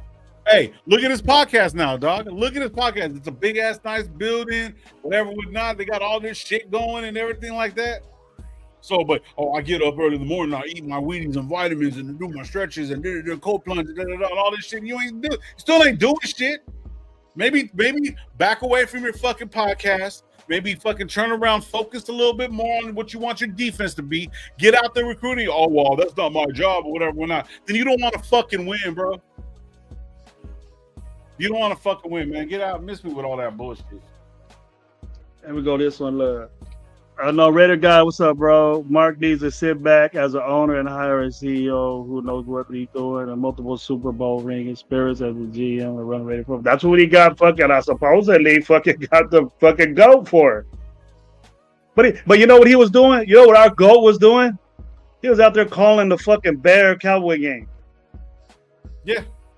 How focused are we say Tom Brady's but no one talks about that. Administration, bro. That's beyond administration. You're a fucking owner. You be there. If you say you gotta say, be there. Fuck Fox. You own a team, dude. You're making a bunch of money. Guys, yeah, talking shit. It's your podcast and your opinion. We're all tired of the same bullshit. Yeah, you're in line. You can't deny that this game, bro. We can go game by game. That's what I go by, bro. I want to fix what we fucked up. And there's a long list. There's a long list next week, bro. This next week coming up that we have to fix. And it's been the same shit that Gravy and Lowe and Gabe has been talking about. Very rarely, you know, Lowe will fuck up on flow and want to be positive and bring the team up and piss us off. I'm a fan and I want us to win. But I understand. We start seeing this shit, bro. Fully. But I also agree with you. Regardless of whatever, when I turn around, I was like, all right, I know you do, Lo. I try to spin it because it's not easy for me to say everything's all good when it's not. It's just not easy for me to say everything's all good when it's not. To where we can understand that, like, look, the fandom's still there. We want to see the Raiders win. So even though you're saying something, and it makes a lot of motherfuckers think, and where everybody be sitting here, when we be sitting here bullshitting, Gravy, and then you make me think about shit. I'm like, all right, cool. Like, you know what I'm saying? It's like sometimes it's fucking repeat, and it gets fucking annoying. It gets annoying. It's annoying. What I know it does. I know it gets annoying to people because we love our team so much. Believe you me, you know I do. I wouldn't spend money to buy all this shit and go to these games and buy hotels and kick it. I wouldn't do all that, man, if I didn't love my team. But I'm the type guy to say, no one says. It's easy to be in the chat or whatever, but if you go on here and say anything bad about a person or fucking the Raiders, it needs to be said, bro. Everything ain't all good over here right now. Yeah, it's bad. It's bad. So if you say it, accept it. But just the stupid excuses. It's only the third game. Well, what do we have to look forward to? What on the fourth game? What do we have to? Do you feel confident we're going to win that game? Nope. Maybe by Thursday or Friday, I'll say, all right, let's go. We're gonna fix this during practice. You know that's the all right. Let's go. But right now, fresh off this game, when it's fresh off my mind, I don't like talking about this shit. But they make it hard for me not to. Yeah. That team made it hard for us not to say the offensive line is ass, straight up booty hole ass, bro. Booty hole. It wasn't Geno Smith. Last week, Geno Smith sucked, right? Geno Smith was bad last week. He recouped this week. It was hard for him to get the ball off, and it wasn't bad snaps. You see the frustration in him. He was mad. He was mad. And we can't say Aston Genty is ass. Aston Genty did all that work by himself, bro. We just expect, just imagine if we had some decent shit right there, opening holes for him. It wasn't even decent. Hey, me too, Aaron. I don't mind game 3. I don't mind game 3 making some adjustments, some minor adjustments. Like it's a guard, he's a guard, he's a guard. Try him out. Put the young guys in and see something might happen. This guy might pop. This guy might get. You just don't wait for shit to get worse and then make the decision. Game 6 and 7. Oh, we got to make a change now. I got to ask you a question. As a coach, when you're coaching offensive line, is the linemen, are they ever supposed to turn their backs on the quarterback? Their back is to the quarterback. No, what I'm saying, turn away from them. So if they're blocking and stuff like that, shouldn't they be like this, back to the quarterback? But not like this, bro. Like not literally just Wagner. Fucking was right there. He stood for a second. Parham just went exactly like this. Hole was directly open to him. Wagner was in a game. Wagner was in a game. Not even a fucking he didn't even fucking smell him, bro. Like nothing. He just straight to the fucking hole, bro. Like wide open. I didn't see that low, but I expect that. They have responsibilities, maybe to help, and then it was like a delayed loop or something. They do that, bro. They do. The defensive coordinators are very creative. They're very and we got rocked. What's the name of that guy? Real respectful Witt. His name's Witt. I don't know his first name, but I've heard of him before, and he designed some good shit. Had our offensive line tripping. Yeah, had our offensive line tripping to where we're saying these guys are ass. You know, Parham he's little, dude. Yeah, look at the dude, bro. He's little. So is Meredith is little. Can't have 290-pound guy. I don't give a fuck what it says on the roster. He ain't fucking 300 pounds. And he's going against guys that are 340, 330. The inertial, the physics of that, low is not going to work for you unless you're the powerfulest motherfucker. Unless you're hella strong. You know, and I make exceptions. JPJ is hella strong. And the way he is, no wonder he gets fucking concussions, bro, because he's like that. And we needed that type dude today. At least to get him a little confident. For Geno, at least, or for Genty. I respect Genty for doing that shit by himself, because that's what he did, bro. He got 60 yards basically all by himself. We can't say that he's a bust. That's what we got to look forward to. We get something right in there. I want to hear that shit, Genty's ass. He did his thing, bro. He did his thing. I know, Raider guys. What do you guys want? Amy tries to come back if she's going to come back and help run the front office. I mean, that's really not going to do nothing, brother. Like, I mean, business. She's business lady. The lady we got. Yeah, she's done her thing, and shout out to Amy, bro. But yeah, she was there in a heyday. She was there in a heyday when we were good. When we were one of the last good times we had. We remember. Yep, Seattle had a horrible line under him. Elias, yeah. Says, what the fuck they bring him to trash ass to Vegas? Exactly. And there's nothing we can do about that, bro. We can say it all we want, bro, but there is nothing we can fucking do. You think this dude's gonna fire his boy, bro? I would, quick. He might diminish his on the unders. He might say, "Hey, you're not. This isn't working. Have a good coach, because really." When you're there, he's your dad, but he's your head coach. He's your boss. You're working for your father. And a spike tech gets into it, then he's gonna have to do it. Because they're having a problem with the offensive line. Bruce asked right here. Let me ask you, y'all, how do we turn this around? Trade fucking somebody, sign somebody, pick up somebody's contract, get you a fucking center and a guard. Or a right tackle. And like on some real shit, bro. Like, you have to make a fucking move now. If you want to see any kind of fucking results right now, you're gonna have to trade, give up some fucking picks, do something to make this fucking line a little bit better, bro. Washington did it. They did whatever the fuck they needed to do. Traded shit, got whatever the fuck they needed, but they had some capital, but they're paying a lot of fucking money out. It's too late. It's too late. Yeah, but see, that's the thing. So that's the thing. It is too late. But you know what? I understand what he means. But I understand what you mean, Lo. But giving up a guy, that guy's gonna be very important on this team. You know, it could be like a guy like Jacoby. It could be a guy like Mac. They want somebody for their guy. You know, oh, you're desperate for this guy. We want this guy. And then you're gonna know win. It's gonna be a bad trade, unless we're winning. If we're winning, you know, and if we're in a playoff push, yeah, trade a motherfucker. But it doesn't look like it. Shout out to the 75 watching us, bro. Shout out. Yeah. Check this out too. I think, you know, I'm seeing a lot of questions like, what should we do? This is what Gravy thinks, and tell me if you agree, you know. Like, right. Okay, we're having problems on our interior.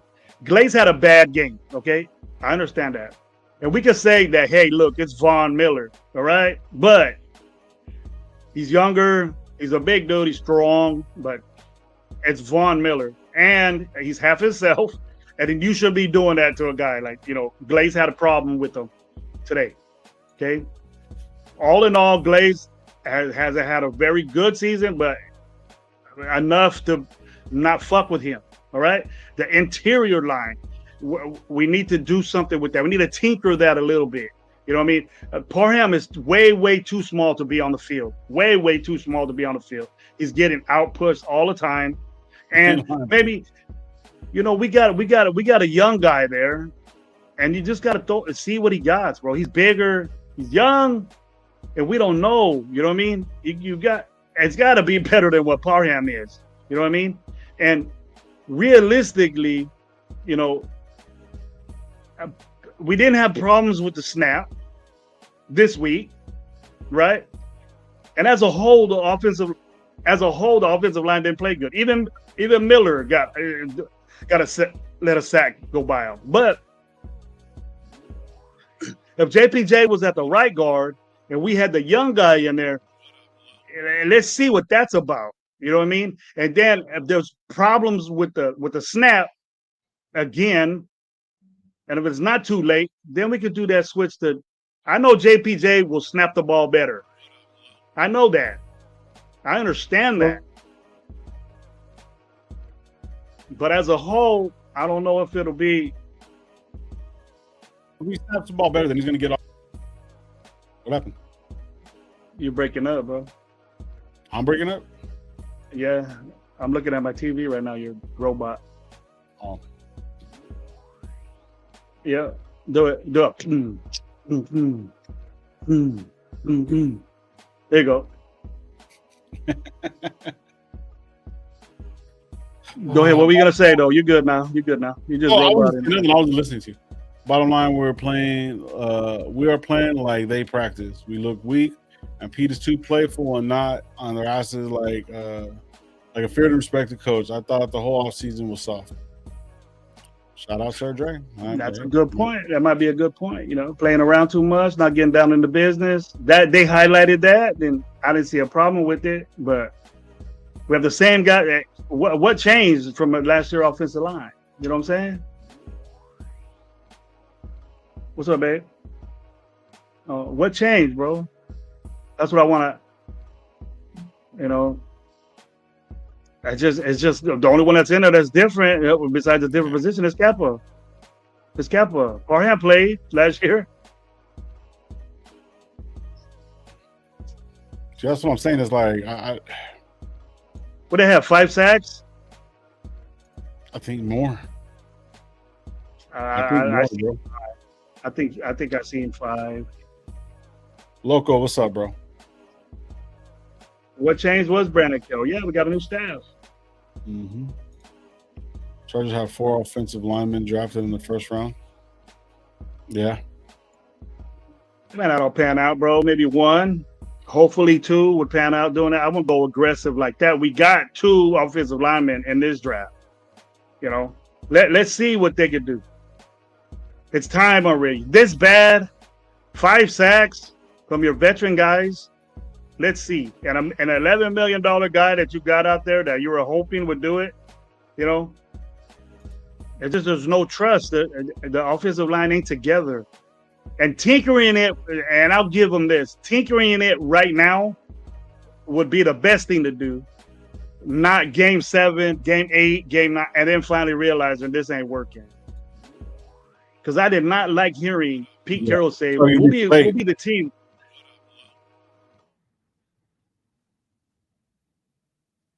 Yeah, this doesn't look like a professional football team to me, bro. Mm. It doesn't. Well, let me rephrase that. The offensive line does not look like a professional offensive line to me, and that's the biggest. That's our problem, bro. Those are our problems. So. And the problem is that, can we say we didn't stop the run today?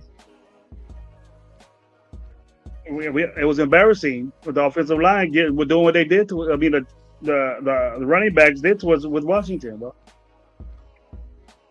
Yeah. 200 yards rushing, dude. 200 yards rushing. We can't be proud of that. We cannot not talk about it. We cannot. Not happy with that. Well, we're bragging.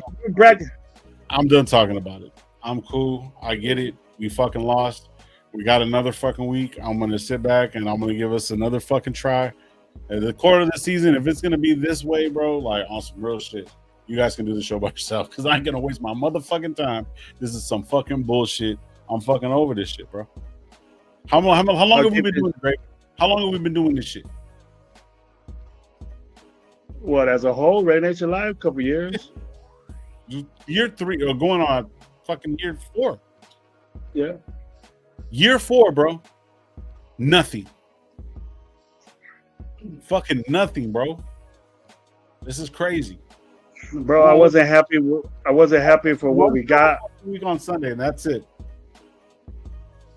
I wasn't happy with what we did in free agency. I was all right with what we did in the draft. Genty just highlighted me, you know. But I thought that those guys they have to do something. Those guys have to do. We need them to do something, or we're gonna be just a 5-win team, bro. If that defensive line lets people, defensive line lets people do that to us, and it was easy for Washington to score because they ran so well. We seen firsthand what happens to your team when you run the football. That's exactly what happened to us today. That's exactly what happened to us. They ran the football down our fucking ass, and then they started throwing the ball all over the goddamn place. And then they got, what it made it even worse is they had great special teams play. What the fuck are you kicking it to Deebo Samuel for? Twice. Right off the bat, bro, 60-yard fucking return. What do you want your defense to do? It wasn't good, dude. It wasn't good. Yep. And we weren't told this in the beginning. I just don't like getting tied to by head coaches and administration, and we're going to do this, and Tom Brady's here. What the fuck has Tom Brady done? What has he done?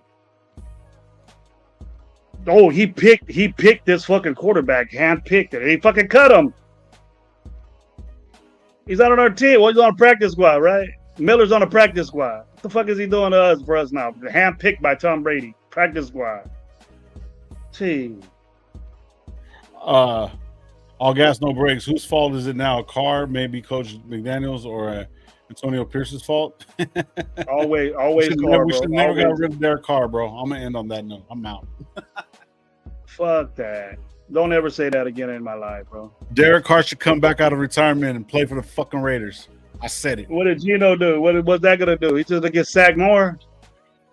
Hey, but he'll be the leader of all the fucking sacks. Hey, dude, did you know that if this offensive line stays the way it is, dude? Do you know that it is predicted that Geno Smith will get sacked 70 times if we keep doing this? 70 fucking times, bro. I wouldn't blame him for leaving. Fuck this. I don't want to be around him. He's gonna get hurt. Geno's gonna get hurt. So we keep doing this little shit. I don't want to say it, but I did. He's gonna get hurt, and we keep this shit up like this. We are. So just do the obvious. You either play the young guys. Don't even trip. You either play the young guys, or we gotta adjust something. Marty Garcia. Question: what is your grade on our offense, defense, and special teams, coach? Coaching. Fucking. I got a F for bro. You little yellow bus. F offensive line, D+ running. Because of Trey Tucker, it's probably a C-. Defensive line, F. Coaching, D-. Secondary, F. Linebackers, F. Total grade, incomplete.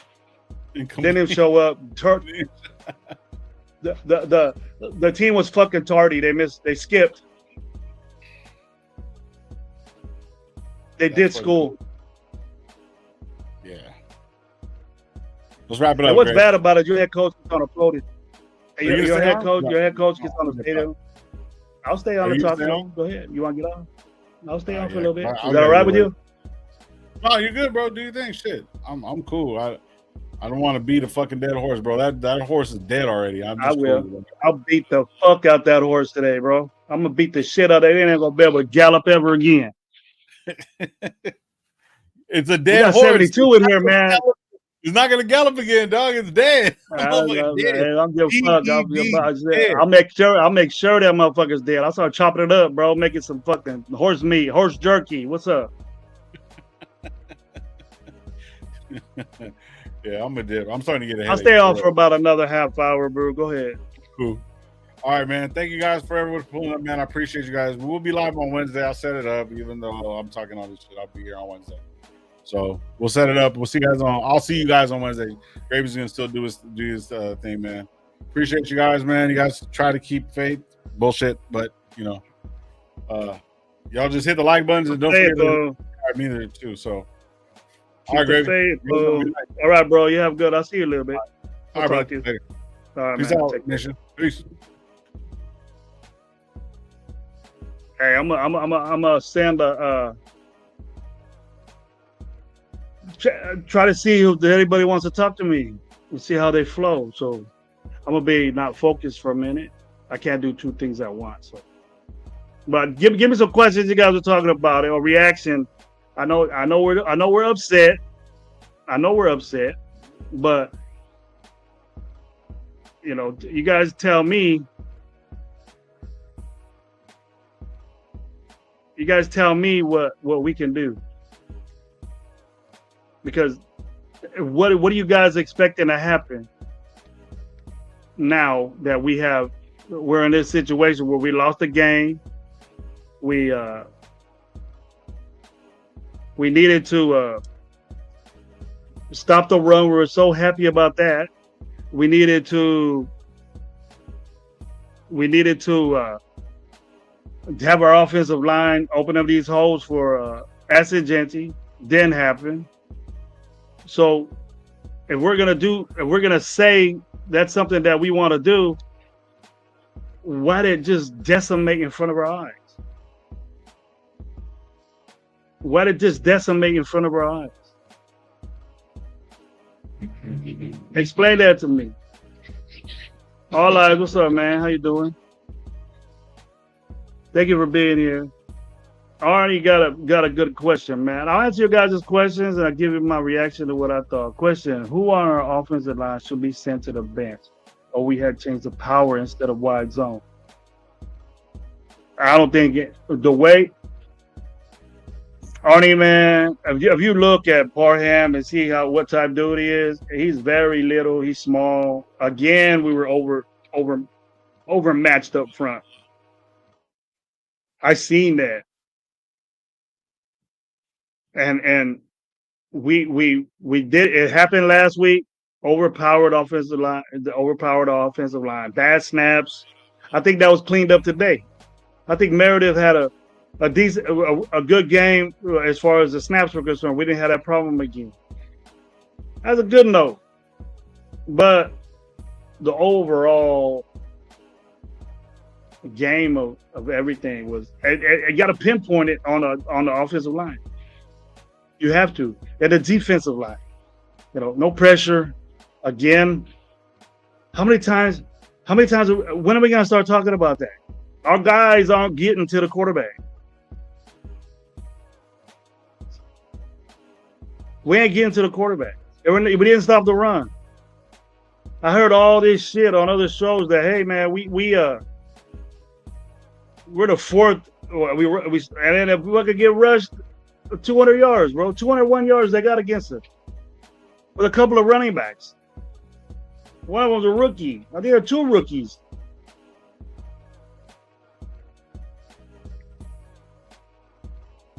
We got a lot of money in that defensive line. And we don't talk about that. The easiest way to beat this team is exactly what Washington did. Run the ball for 200 yards. You'll win a game. If you get 200 yards rushing, Rock, it's not going to be hard to win that football game at all. Something you're doing good, bro, if you get 200 yards rushing. We have yet to see that. Hey, Arnie again. Who is your biggest on defense? My biggest what? Disappointment. There he goes. My biggest disappointment on defense right now is Max Crosby.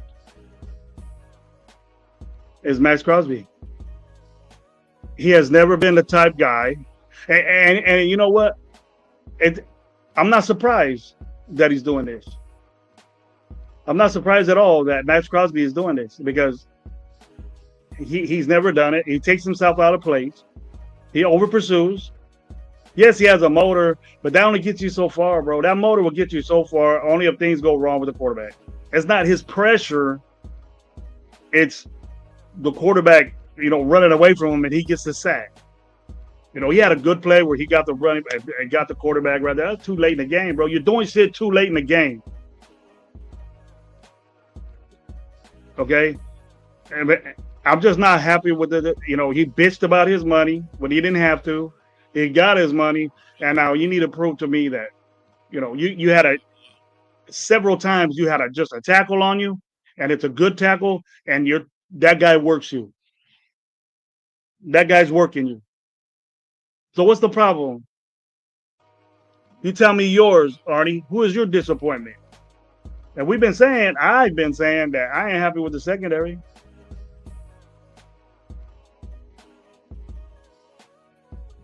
If McLaren wanted to bust it up his quad or hamstring, he'd still be catching fucking on us. He got me points. I had to keep McLaren in there for fantasy. I had to have a good game. I lost fucking CD Lamb. Here we go. Rock Pete expects Boy Scouts, and that's not the Raiders at all. They ain't Boy Scouts, bro. Was that a $3 million performance? Who you talking about, bro? That you mean 30? He gets 30-something million dollars, bro. That's bad, bro. For one sack, and it barely was a sack. You just threw Drake May to the sideline, bro. It was behind the line of scrimmage, so you got credit for that. But it wasn't no big ass hit.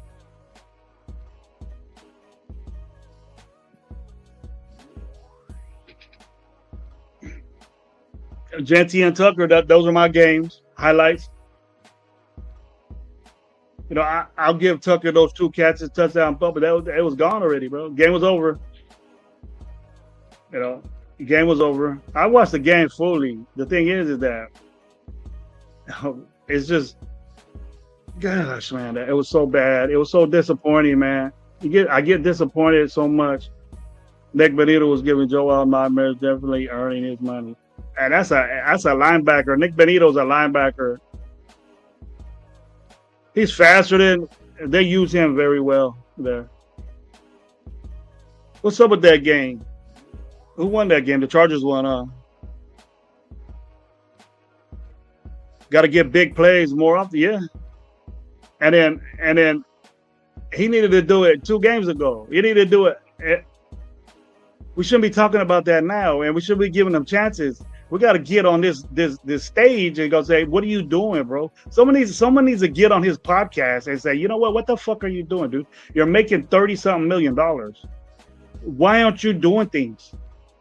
And I wonder what his excuse is. Oh, I got fucking massive tackles. What is he gonna say about that? Raider Nation is not happy with what you're doing. Why are you sitting there flaunting on a podcast and being happy when you played like shit? There we go. Jason Downs, Van Ruten, and Luminar are balling out for the Giants. I seen that. And Luminar still doing his thing, getting penalties though. Arnie, defense, poor tackling, internal offensive line gets pushing around and both passing and rushing down. Yep. We ain't gonna be able to run the ball if they keep doing that. And it doesn't matter if they're power because our offensive line is not powerful. To run power, you got to be powerful. And we ain't that. We're lighting the ass in 2 spots of our offensive line. And Keppa ain't that big either. So Parham gained fucking 30 pounds. That's fat fuck. That's what he is. He's a little fat fuck. There we go. We got to invest in our O-line, bro. No protection. Yep, Jerry, you're absolutely right. I'll give you that. That offensive line showed a major, major weakness. We thought it was iffy. We talked about that. You know, on my guy's show. My guy right here, Jeff. What's up, Jeff? I hope you're feeling better, man. I sent you the link if you want to talk about this offensive line situation. Be my guest, bro. You don't have to. It's good. There are no bright spots to build on in this game at all. The fact that Gino took it over, you know, the fact that he was upset and he looked upset, and it wasn't like like that, but it was like the way everybody played. He's in charge of that, and he looked like he took it. And then in his press conference, he said it. You know, he didn't try to say get out of it. He is responsible for that, and you know when he can't say, or he's not gonna go out there and say my front was sorry, my front didn't help me at all. You know, you say the normal things and say we gotta work. But if it's game 7, 8, 9, 10, that excuse is just gonna fly out the wayside. So just say, you know what? I'll take it. I gotta play better. You know, that's gonna be the norm. And then you just don't listen to shit like that. You're already in next year, but why don't we play the young guys? What do you think about that, Jason? I don't give a fuck if we get that tackle and put him in guard. He knows how to play it. We got 2 tackles, and one of them we were going to transition to guard. And the other one played guard before. That's got to be, if they're younger, it's got to be better. But why are we picking guys that ain't ready in the 3rd round? Why are we picking guys that ain't ready? We already did that with our legit 3rd round pick and our 2nd round pick. They're barely getting on the field, bro. Wash up duty. And then they're missing tackles on wash up duty. And catching 1 ball.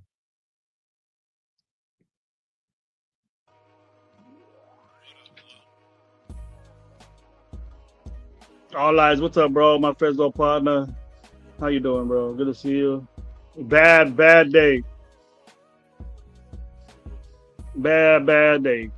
Would you sit Bowers the Petulia instead of playing CBC? I would sit Bowers. I would have said Bowers today, but we would have had probably no offense. If we want to say he was a bright spot, I'll give him the factor that he's playing, but he wasn't a factor.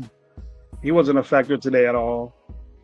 Decoy and don't do that to that dude. Don't hurt him, kill him. If you want to do something like that, then run the fuck out of Genty. Because of what it looks like up front, where it looks like Gino's bound to get hurt if that shit keeps happening. And Genty, we're going to be disappointed in Genty because we're going to blame him. and we've been doing that. But if the offensive line didn't play the way they did today, then you got to take back what you think about Genty, because Genty ran on his own. He did all that on his own. So now we know what Genty has, which I appreciate. That's the minor bright spot that I seen, was Genty balling out like that. He didn't get the yards we wanted, but he did what he had to survive out there. And I appreciate that. Because look at the predicament he in. It was nothing. Bowers was fine. Forced the ball to him. Jacoby in triple coverage. Dante, damn, Gino loves Dante. I think the deep ball is getting called too much. That option is getting called too much. I don't think Thornton belongs out there. He doesn't.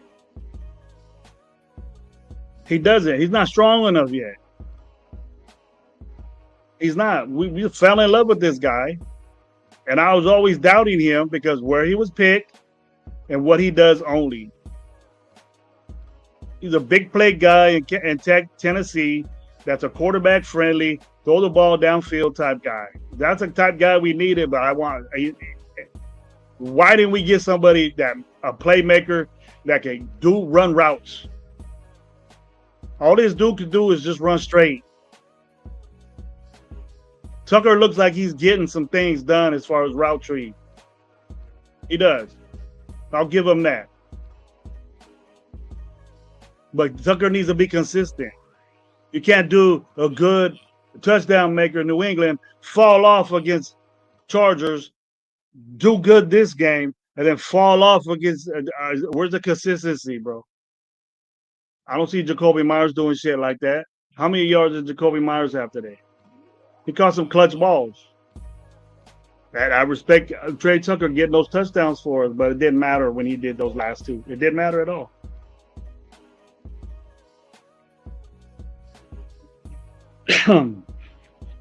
Be on for a minute. We'll be on for a minute, bro. I know you're getting me a chat, but for a while. Oh, you're getting on too.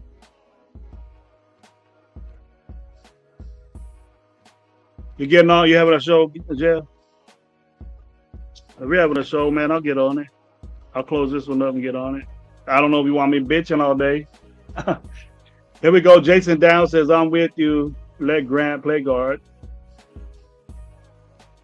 I'm with you. Let Brad play guard. Fuck it. Can't be no worse. Exactly, bro. And then I know if he's at left guard, he got to play better than fucking Parham has.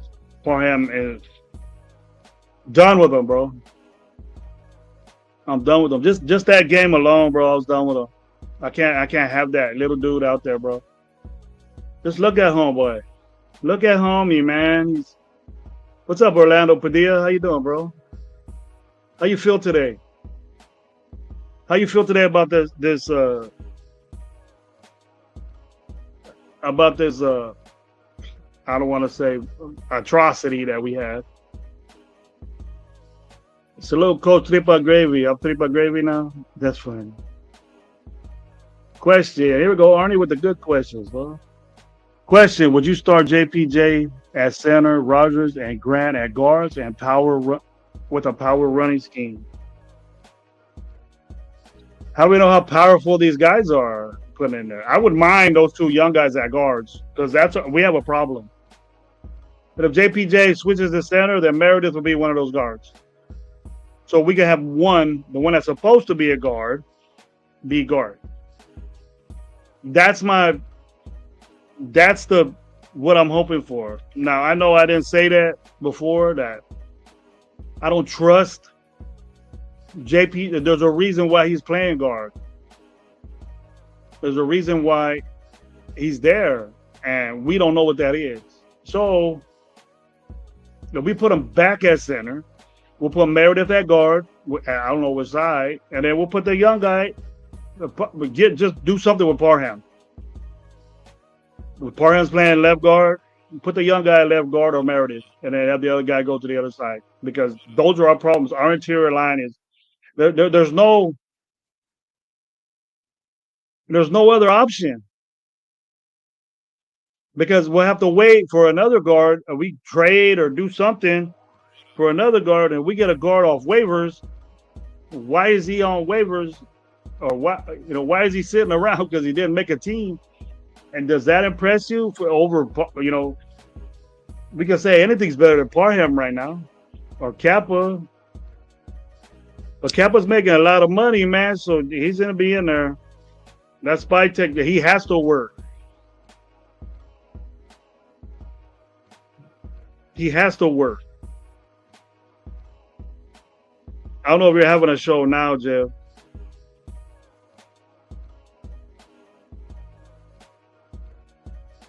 I don't know if you're having a show now. Usually about 7, everybody gets together. I'll probably be off by there, bro. Maybe 15 minutes, and I'll get on with you and see what's up. Try to 50 come in here, bro. I allow 20 people just because low left, 20 low. Hey, I'm talking to you. Give me a reaction. You guys heard all my bullshit. Is it bullshit today? Did you guys feel it? Most of you are with me. Was the effort there? Hell no. That's all Pete. Yeah, the effort wasn't there from the beginning, bro. No pride in special teams from the get-go. Other than Tucker, the other wide receiver disappeared too. It wasn't expected. I thought what he could do, I thought Jacoby did well. Well, hop on if you want, bro. I'll stay on for a minute. If you come in, I'll stay on for a minute. What you doing? You at work? Bloom. I hear your point. You gonna have something later? I want everything. We have another good show. It won't be long. It won't be a long, crazy show. I got to kick it with wifey for a little bit. I got to work tomorrow early. I'm expected there early tomorrow. Just let me know how you feel, Jeff. I got you on IG too. I'm watching. You were typing, but let me know what's up, man. Loaned you too. I like to see your input. I'll probably hear your show. You're probably saving it. That's cool. All right. Halftime, going to refill coffee and grab a smoke. I mean, yeah, absolutely. If I see you, I sent it to you. I'll send it to whoever. Agreed. Get the rookies in there. O-line, Grant Rogers would be cool. I would expect guard play for them, but it's time, man. I don't want to wait. It's bad. I don't want to wait. Game 7 and 6 when it's really out of hand.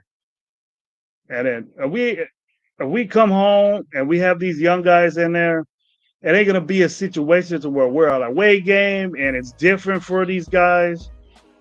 Let them fuck up at home, and it's not, the noise isn't a problem. They can hear the calls, they can do stuff and that, but maybe these concussion issues is the reason why that, JPJ ain't center. We ever think that?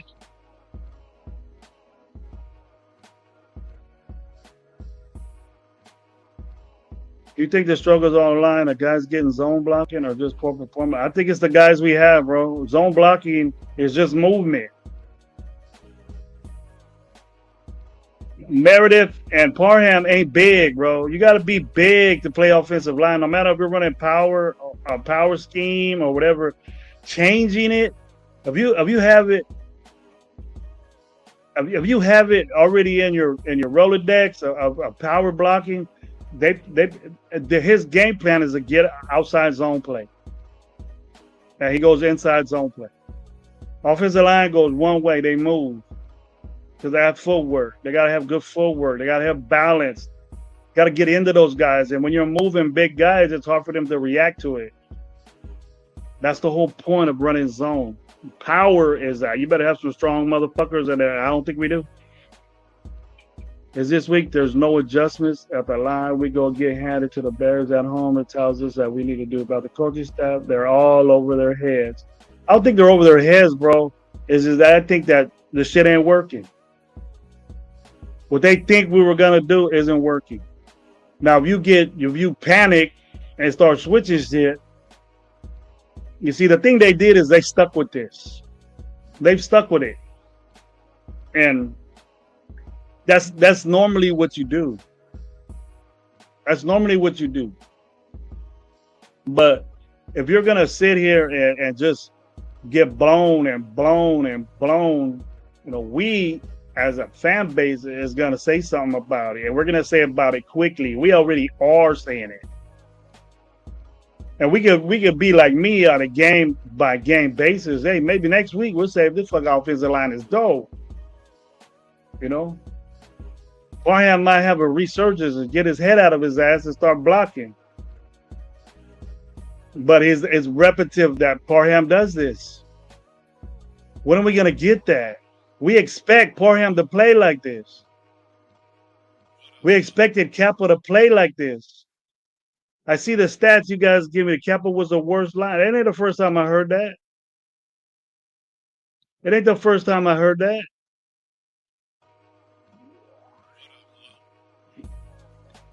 I'm with you, Caesar. You're upset. I was very unhappy what we did in free agency. It was bad. There we go. He didn't like it. It was fucking bad. I was watching the last few minutes of the first half. That was even bad. First half was bad. Now, do we expect the second half resurgence of this team? I think it was out by halftime. It was done. I'm glad we agree. Something has to change. Something has to change offensively. And it's hard to run a system unless you installed it already to run that power game, but we ain't got power guys. We got zone guys.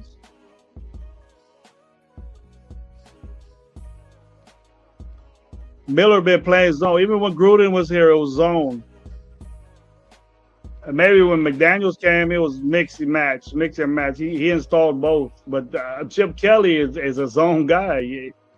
He probably would do some power shit, but he's a zone guy. He's an outside zone guy. Spread you out, outside zone. And he's been tightening things up.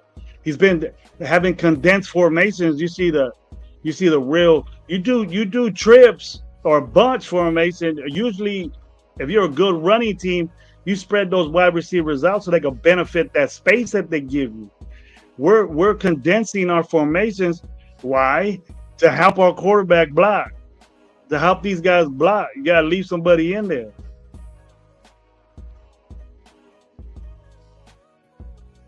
I usually love debating you, Gravy, but I can't argue with you this week about anything. We sucked at all phases of the game. Thank you, Raider Biggs. You come back at me when I'm not right. What is zone? Orlando, what zone blocking is? There's different kind of zone blocking, and it varies. You got inside zone block. You got outside zone block. It's when your offensive line is moving. You're moving. You ever see an offensive line just get their guys and go all the way to the sideline? That's zone block. And what happens is that the running back is patient and sees a crease open up in between those guys, wherever the play's supposed to go. It opens up a little bit. The guy plants his foot and shoots right through it. Watch Philadelphia. That's the type of shit we need. I don't see my guy yet. Let me see on my internet, Jeff. I don't see you on my screen. Your camera good? There you go. I got Jeff in the house to talk about this. How you feeling, brother? Health-wise, I feel okay compared to yesterday. I'm awake. You look like it. Feel like shit after watching that game today, though. Only got worse, didn't it? Oh, it was pathetic. Absolutely pathetic. I don't know where to start on how bad this game was right from the get-go. I started talking about our offensive line first. They will get the defense, and they will get the special teams. Oh, the attempt of an offensive line that was disgusting. We thought last week was bad. This was pitiful. This was absolutely disgusting. As a whole. Yeah, as a whole. I mean, everybody. Glaze was getting beat. JPJ didn't even play, if I'm not mistaken. I didn't see him out there at all. I saw him dressed. I saw Capper out there the whole time. So it's like, I don't. I'm just Hey, so. well, let me tell you this, Jeff. Let me tell you this. Do you think this JPJ situation, right? Do you think that he was dressed out? He didn't play offensive line at all, but he was in on special teams. He was a guard. He came in a guard and replaced Parham when we kicked a field goal, and we kicked that extra point. Why is he not playing? He cleared concussion protocol. I'm not that he would have been the answer out there, but it would have been at least one better guy out there than what we had. You know, I'm not saying he was. Nobody's saying. Yeah, he's not the answer to everything. This offensive line needs a spark. They need something. And I've said this last night on our show and Friday night too. The answer is in our building. The answer is not coming from the outside. We got to do something internally. There's no one out there that we're going to grab that's a free agent unless we trade. But even that, trading's not going to be the answer either. You know. Yeah. This offensive line is not going to be fixed until the offseason. I just think it's going to be our major woe all season long. You know, and this goes back to when Pete Carroll, after the first preseason game against Seattle, when we looked like complete dog shit for that offensive line.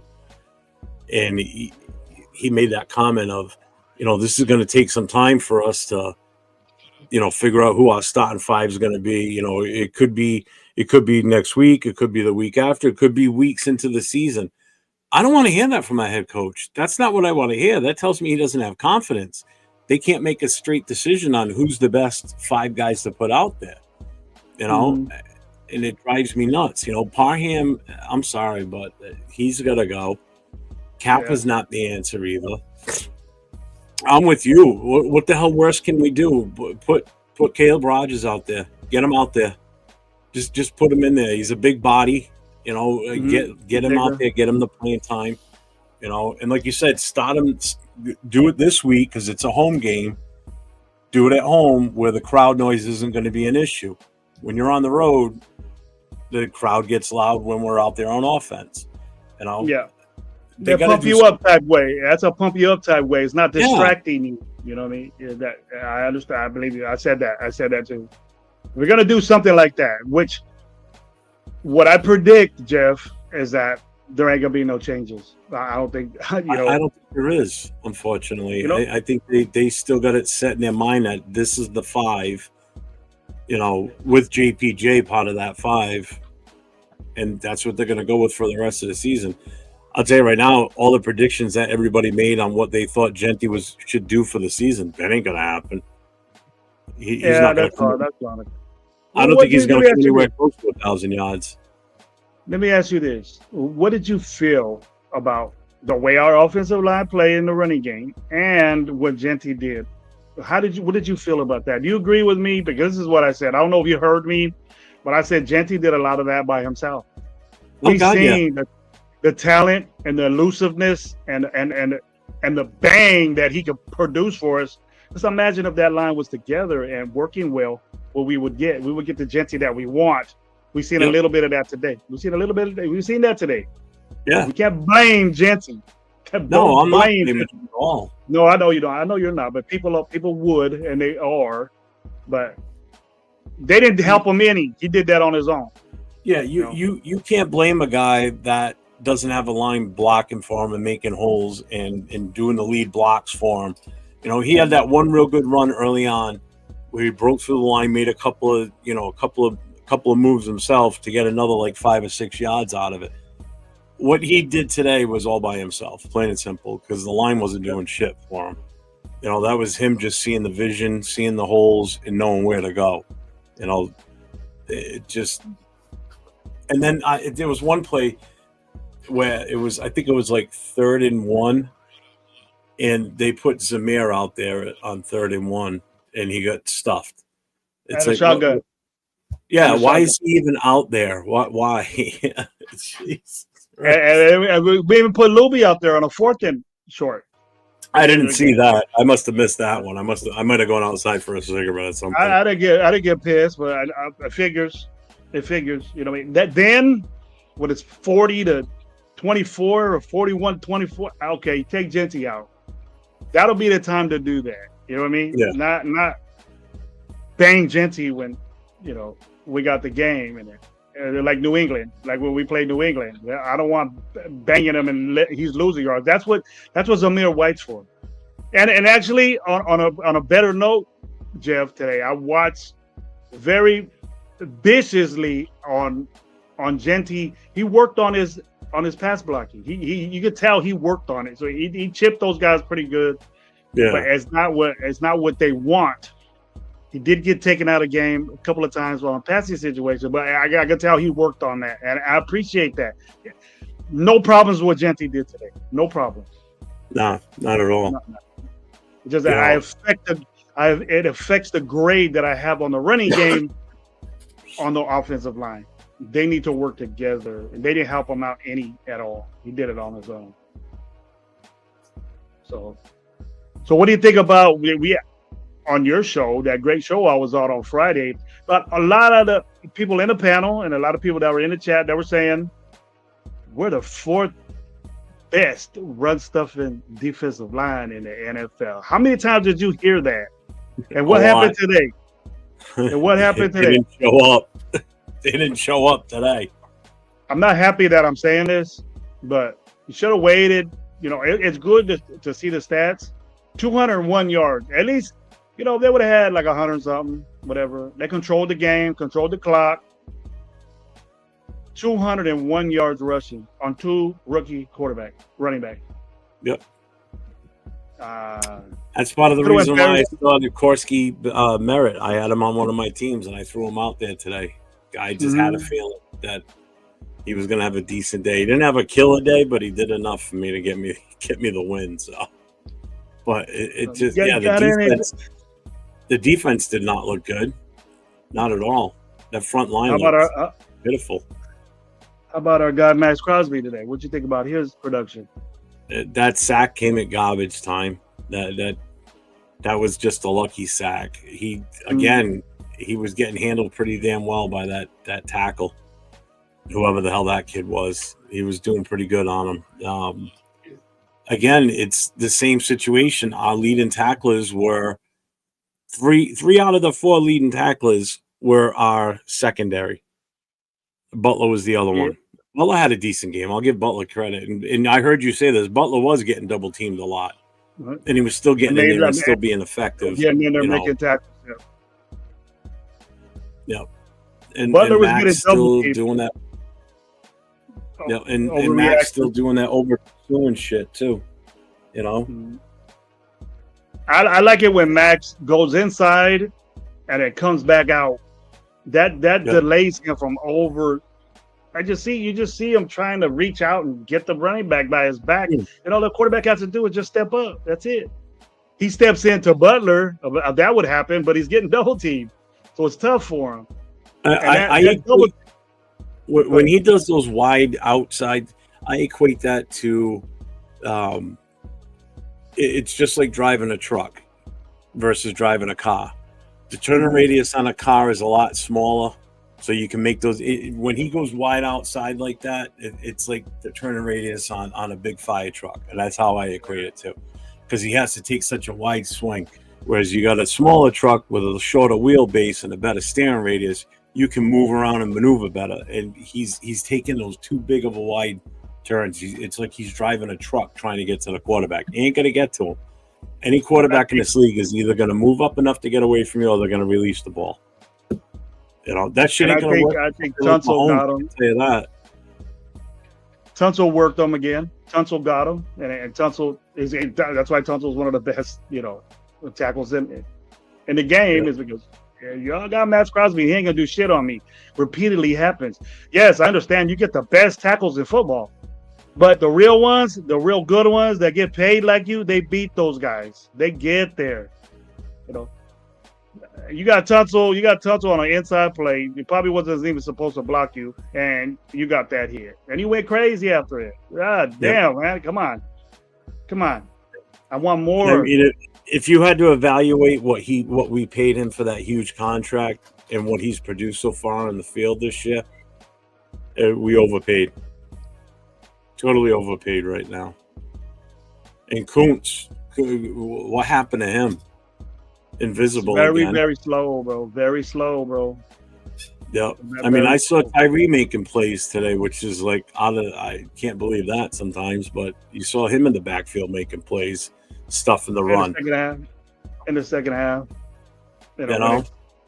35 or whatever. Yeah. I mean, in all honesty, the lone bright spot, I'm going to give it to Genty. I'm actually going to give it to Gino, too, because he played his ass off with no protection. He still had a decent day.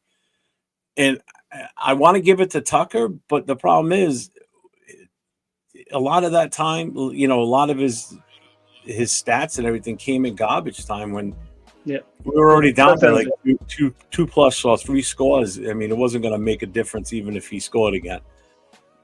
He still had a decent game. It was finally time that you saw him show up, but he was left wide open half the time.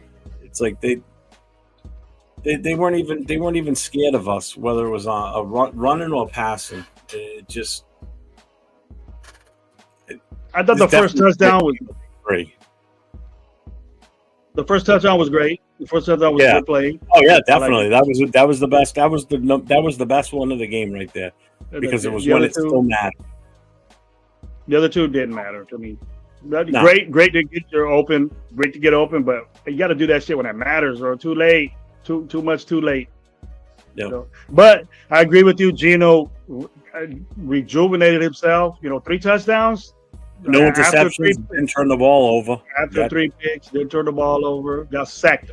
What, 5-6 times? 5-6 times. Last I looked, it was 5. It could have been 6 by the time the game was over. I know it was definitely 5 at that point. Geno Smith. We keep doing this. Geno Smith is on pace, Jeff, to get sacked 70 times. That's insane. On pace for 70. Horrible. How many was he sacked? How many times was he sacked last year? And Seattle's offensive line was not that great either. So I'm sure he's got a little PTSD from that too. It's like this is like he doesn't like it. He looked like he didn't like it. No. He looked like he didn't like it. But the drive and the want to and the completions with that. Hey, first of all, the exchange was good, right? It looked like we cleared that up. Yeah, I didn't see any mess-ups with that. That was one of the notes that we said had to be fixed. But that was one of the things that was a problem for Geno against the Charger game. That was fixed. I didn't see no bad snaps, but they worked on that. So these guys are working. They're working. Now the worst thing after that happens is the protection, and the run game, the same old shit after that. So I don't know, we're easing onto it, but let me ask you this, Jeff. Do you want to see changes? Right now would be the best time to make changes this game right here. It's at home game, just like you mentioned. I mentioned it too. Home game, put the young guys in. I would put the other guy. He played guard before. He's a rookie. Put both those guys. Grant? Yeah, put Grant and Caleb Rogers. Yeah. What do you got to lose? What do you got to lose at this point? I mean, we can't get any worse. So you're at that point to where, hey, do it now, because if we do it later, it's going to get even worse, because these guys are going to have to be rushed into winning football games, and you don't want that. No. Well, and the other thing too is you got to look at these are veterans that are out there playing right now, and they can't get the job done. Let's put the young guys in there on the offensive line, and let's see what they can do. They might surprise you, and they might be better than we thought. They could end up turning this team around. On the offensive line. That, like I said, something's going to be done sooner than later, because if we wait any longer, it's going to be too late. If they give it the old, let's wait till the bye week. That's still 4 weeks away from now. Still 4 weeks. Week 8. What is it? Week 8? Week 9? Yeah, that's too late to be. That's too late to be switching. You got injuries. Should we make the change on the offensive line coach at this point too? That might not be a bad idea. I would be all for putting Philbin back in charge of the offensive line. I mean, you saw what he did last year at the half. It changed. It changed a little bit. But you need change. What I would do is that I think Brennan Carroll is overwhelmed with his responsibility because I barely found out. I should have known this before. I didn't know if you knew that he is our running game coordinator. Oh, he is. Our running game. I thought he was just the offensive line. Yeah, he's an offensive line coach / running game coordinator. Now, what head coaches do, if they're your father, is being a running game coordinator means that you game plan, you design ways for your running game to function. That's what a running game coordinator does. You see it a lot in college. You have a running game coordinator, passing game coordinator, usually a wide receiver coach. It's a title that the NFL head coach would put on you for you to be an offensive coordinator, a picking an offensive coordinator, because usually organizations don't want, hey, you're an offensive line coach. Why don't you try being a coordinator? And then, obviously, if you're a coordinator, that means you run something, you game plan for something. You're in those meetings where you're game planning for the team. He's doing that with Chip Kelly. He's designing ways for offensive line to run the football, and we're not successful at that. So actually, he's fucking up in two things. Now let's do this. Let's try taking that coordinator, diminish it, not letting them have the title, because we all know how our run game is, but take away the responsibility of that and let them solely work with the offensive line, and put Philbin, which knows how to do that because he's been in the league so long, in a different role, a more hands-on, better, hey, I'm going to work with Brennan to get him right type role. Give him Marvin Lewis was the AP so-called, but I didn't see Marvin Lewis in anything with AP, but something like that. Because in the offensive line, they can work together. They can be more together. If it's a position, Marvin Lewis was guiding AP to be a head coach. That's hard to do. But offensive line stuff, I would take that away from you. That's too much responsibility. Maybe you weren't ready for that. But I know he wants his son. He ain't going to fire his son. We know that, Jeff. The only unless Spytek comes out here. And yes, it might be nepotism, but nepotism is all through NFL. Nepotism is all through football. And you can't tell me not. There's a lot of coaches that have their sons, cousins, brothers, sisters maybe, or something in the organization to help them out, get a job, and probably work their way up to do things. But being a run game coordinator is a coordinating job. You got a lot of responsibility. You're doing a lot of things, and maybe you got to take that from him. Maybe he's doing too much. Maybe he's overwhelmed and just focus on the offensive line. Maybe we might get better with that. Philbin needs his presence in there. He doesn't have a lot, because I don't see Joe Philbin touch on that offensive line. I don't. He's a zone guy. I don't see it running well, and maybe it's new to Brennan, but maybe it's just a bad, pickup. Well, we're gonna have to wait to the end of the year for it to happen. Well, what about making Philbin giving him the title that Brandon has, and move him back down to just coaching the offensive line for now? But Philbin be right there, like you said. Philbin would be right there with him. So he learned a little bit. The responsibility of it would be, I don't know if that Philbin wants that. I think Philbin just wants to be an offensive line coach. He's always been. That'll work out for us. His presence is going to be felt, but I don't see it. So his responsibility is not really there, And I did it on your show. I blamed Pete Carroll. And I seen you nod your head like, yeah, you're with his decision. It's ultimately, hey, when you're the head coach, everything falls on you, whether it's the good or the bad. Yeah. So, I mean, and I know some people are going to sit there and say, well, it was a short week. Yeah, I'm sure a short week had a lot to do with it, especially when you're going to travel back across the country to the East Coast. I'm sure that had something to do with it too, but I'm not taking that as the excuse of why we played so bad.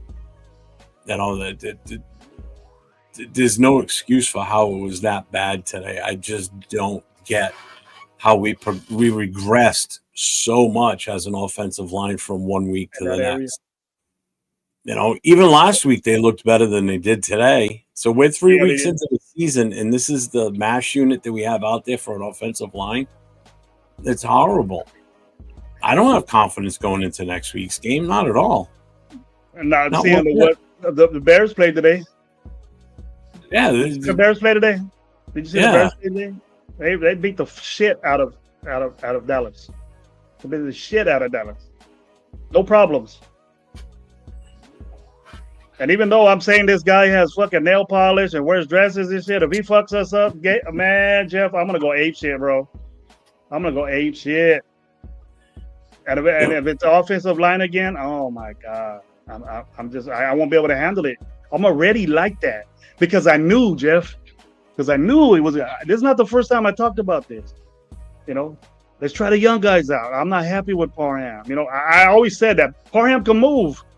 But he's just so little, Jeff. Did you watch that? He just so no, he was small. getting pushed around. He was getting pushed around, and there was a video from film from last week that I saw where it was a passing play.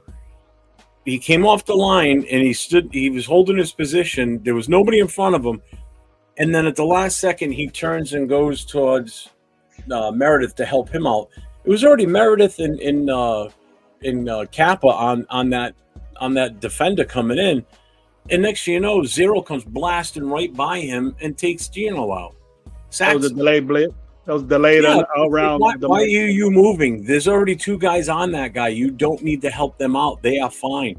You hold your spot because you know that if they do a delayed blitz and you move from your spot, guess what? They're definitely coming, and they're coming through you. You know? Yeah. He just couldn't catch up. He couldn't catch up to that guy. He was already committed that way. And you know how hard is it for you to get your feet right and go back to the other guy? He reached for him, but he was long gone already.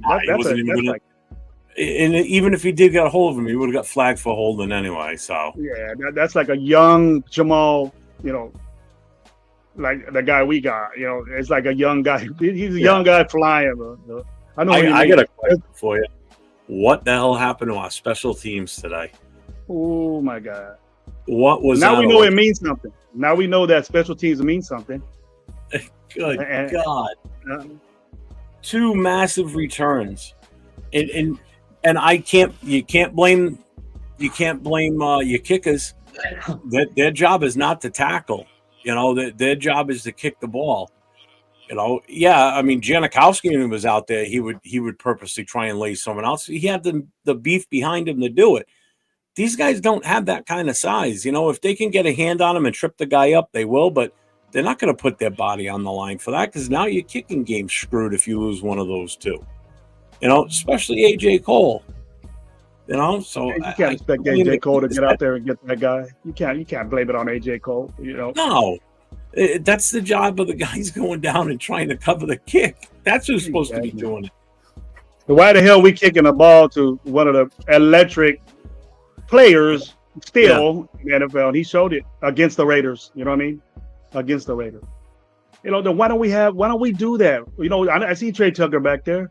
Why don't we get fast ass Thornton out there? Why? Because he's too skinny.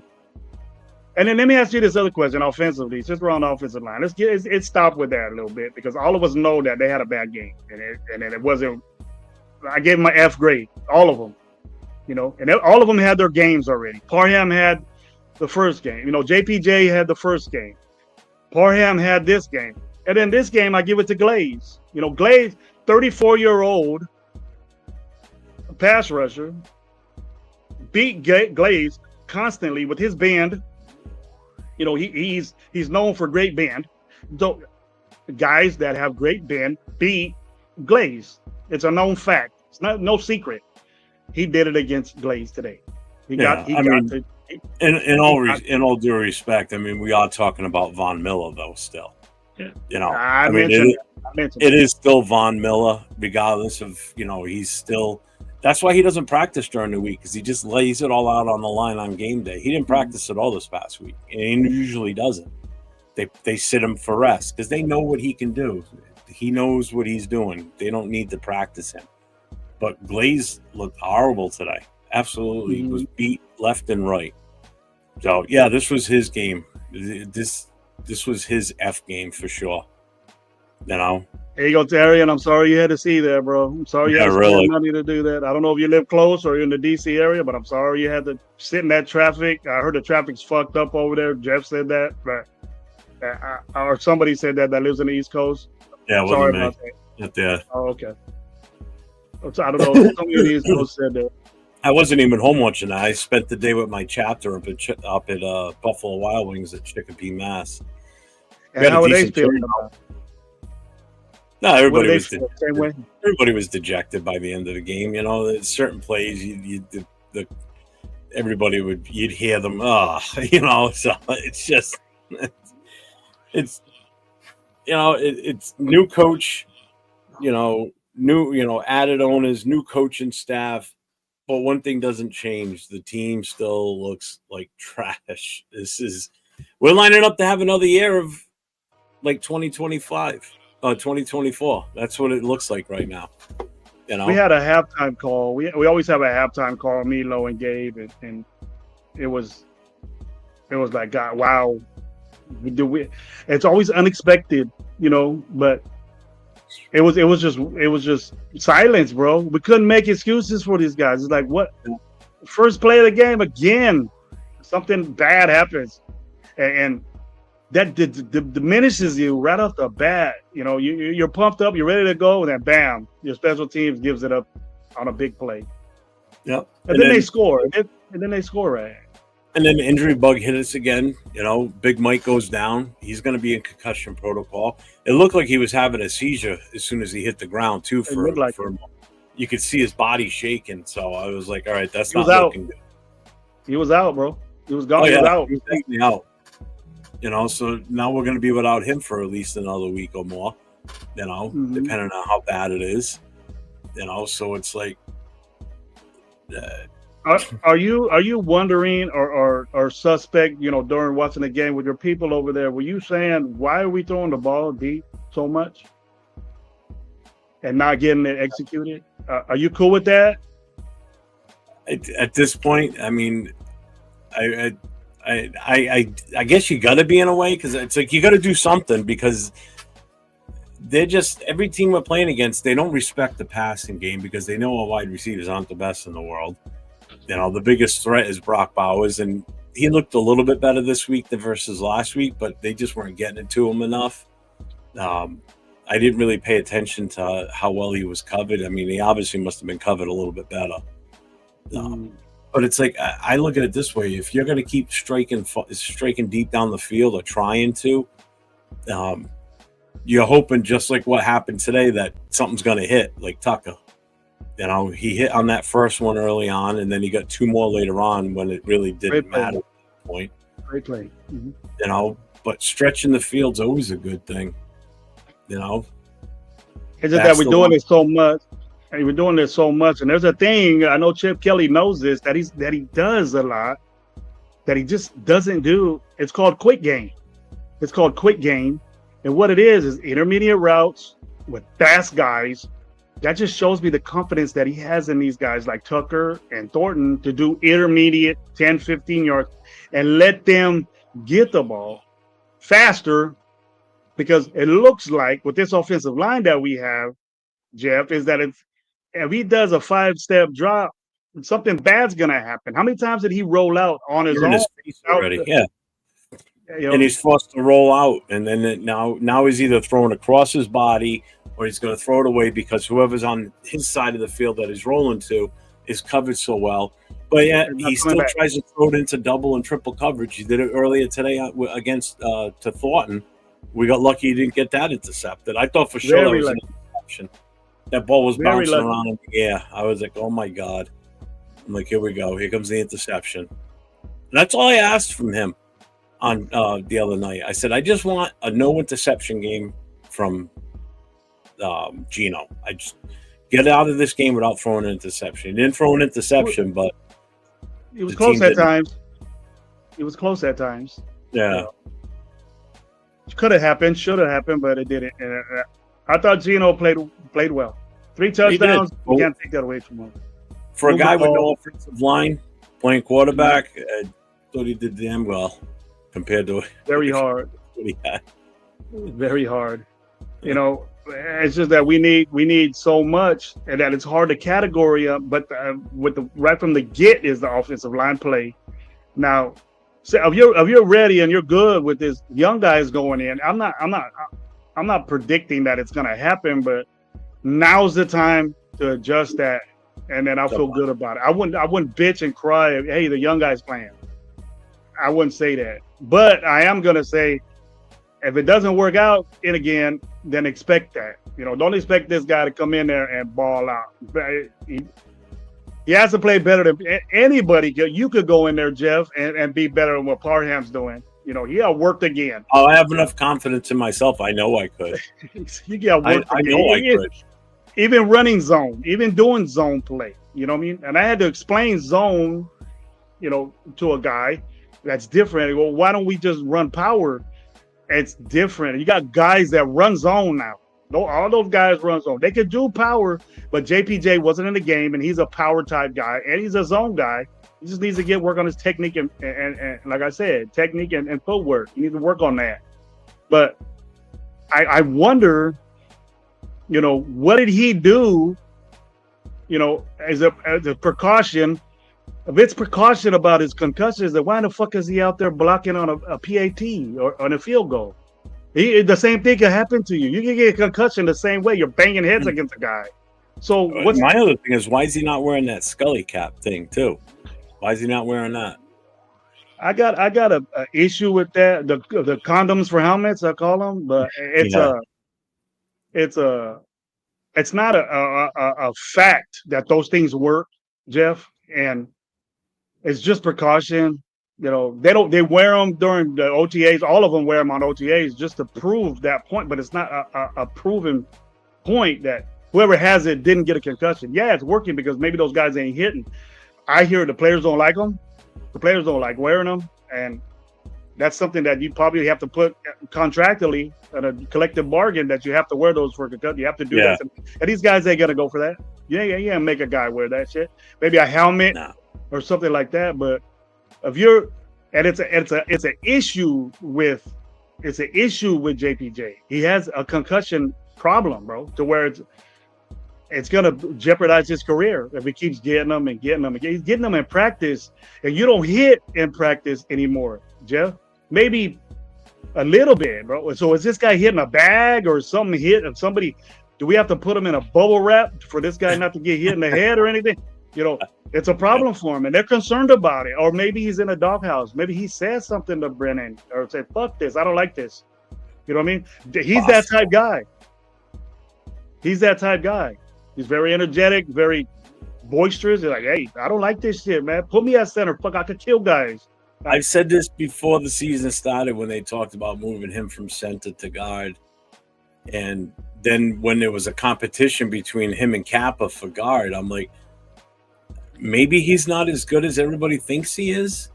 And it's, new regime, different style coaches are seeing that he might not be as good as what everybody made him out to be after last year. Do you feel that way? Do you honestly do you see the footwork issues, but you understand the grit and the hustle and the bang and that's just it. That's one of those immeasurables that he has that no one else on this offensive line has. And I've said this before about him. When a play is developing further down the field, pay attention to who's the first guy that's usually at that ball carrier when they're down on the ground. It's him. He's the one that's usually down there picking the guy up, or he's the guy that's aggressively trying to make it down the field to get another block in the second and third levels. Trying to extend the play. So it's shit like that you can't really put a PFF grade on type of shit. That's just the gears that this guy runs. PFF is only going to grade you what you do with the line, whether it's pass blocking or run blocking. It's not going to take into consideration those other steps or measurements that you do further down the line that help extend the play. I like the kid. I like his aggressiveness, but there's got to be something behind the scenes that we're not aware of as to why they made all these moves. Now, one of the things I did hear is that he wasn't able to give out the assignments accurately at the line, which is why when he was still playing center and Kappa was playing at right guard, it was Kappa that was giving out the assignments. It wasn't JPJ. And then it got to the point where we're going to move him to guard and we're going to put Meredith in there, Eliminated. and let's see what happens. And I mean, personally, I think Meredith's doing an okay job at center. I don't have a problem with them. After last week. Yeah. Except for last week with the snaps. I don't know what the hell was going on with him last week. But again, something needs to be done. And the answer is going to have to come from within house because there ain't nothing out there. There's nothing. You look at that free agent list, there's garbage. Right. I mean, if it means we're going to put Laki Tassi in there and give him a shot too in an actual game time situation with the first string, ain't nobody going to get by that guy. I can tell you that right now. If you got to keep him interior. You got to keep him at the guards. So you've got somebody on either side of that, of whoever it is, so they've got extra help. You can't expect them to move to tackles, but something's got to be done. And you look stronger, Jeff. That's what Rock said. You look stronger than last night. And yeah, that's definite. I can see a big difference from last night, bro. We talked. Well, last night I was sitting there. The other two were talking, and I went back and rewatched it, and I was like, "Oh God!" I fell asleep like 4 different times in the show. When I seen that, I got to you personally. I said, "Hey, like I told you, bro. I know, what you're going through. We went through, and I know when you feel, I've been through already, and I know." I seen the signs of that, and that's something that you can't let go. I told you, and then if you talk to the dude, and he said, "Hey, but you needed that drink will get you better." And I don't know if you got it, but it tastes like shit. Nah, I got it tomorrow morning. By the time we got back today, they were already closed. When you look better. It doesn't look like the effects you had. It look the effects, but if you have that and then you go to sleep. It's bad for you because sometimes you don't wake up if it's bad. You won't wake up if it's bad. It's funny because I was watching that. I was rewatching the show, and then Accelerator noticed it because he mentioned it in the chat. He goes, "Something's wrong with Jeff, guys," but nobody caught it. Like no one on the show caught it until a little bit later on. Jason goes, "You all right?" And I'm like, "No, I gotta go." And we were communicating with each other while you were still on, and I said, "Oh, you said something." It was like, and I go, "There it is." How do you feel? It's just perfect signs of that. But you're better now. God bless for that. I will tell the chat. This is the type of guy that Gravy is. As soon as I got off the air, and the show kept going, my phone rang. It was him calling me to make sure I was okay. So that's the type of guy Gravy is. He was worried about me last night, and so was Accelerator because he reached out to me too right after. As soon as I got off the air. So I appreciate you both checking up on me and this morning too. So I thank you for that, both of you. No problem, bro. I've been through it. I've had that before, bro, and I didn't know that I was going through that. And then that's the thing. You don't know that you just, I need a rest. And then the surgeon told me the worst thing for you to do is to say, I just need rest. And then if your body relaxes and it gets worse, it like reverses it. And then you didn't get it. It wasn't bad because if you were bad, you would have been like this. What'd you say? And then saying some talking about different shit. I was just super fidgety. I couldn't get comfortable, and I get anxious and look around a little bit, and you weren't paying attention. It just messes with your mind. What it is, we'll nail it. And thank God that Jeff's all right. Jeff has stage 4 cirrhosis of the liver. I had that stage 4 cirrhosis of the liver. We both had the same situation from alcohol, and I received a new liver.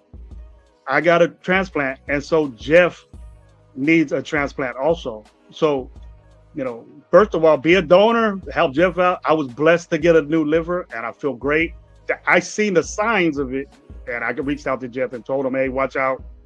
Please go to emergency room because you don't look right." But a situation like that, when you have cirrhosis of the liver, things happen, and it goes through it, and it does fast.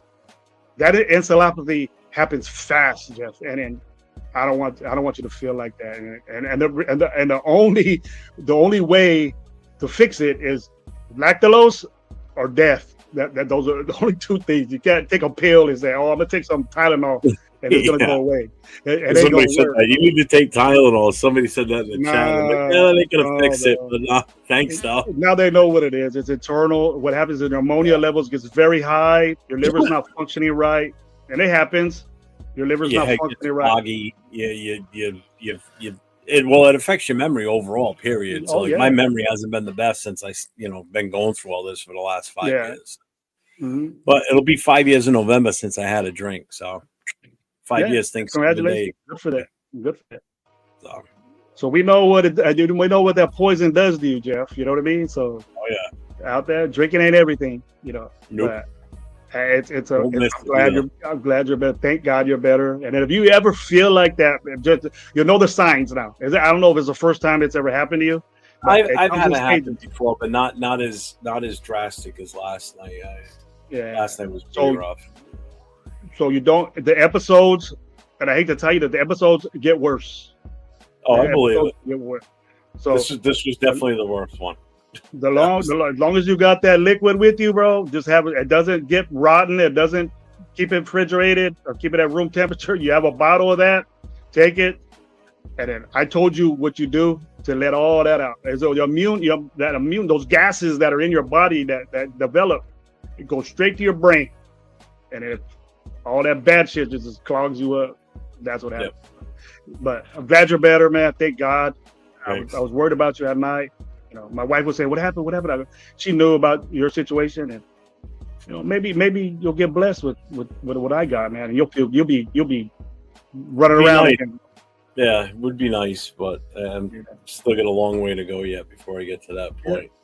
Yeah. You're not sick. You're not sick. You don't look sick. No, that's a good thing.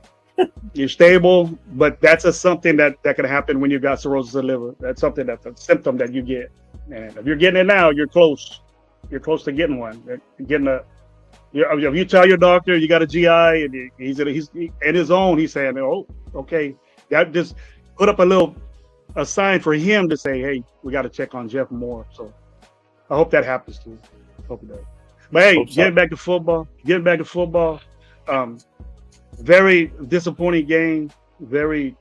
I don't know if there's anything positive we can say. We said Genty. The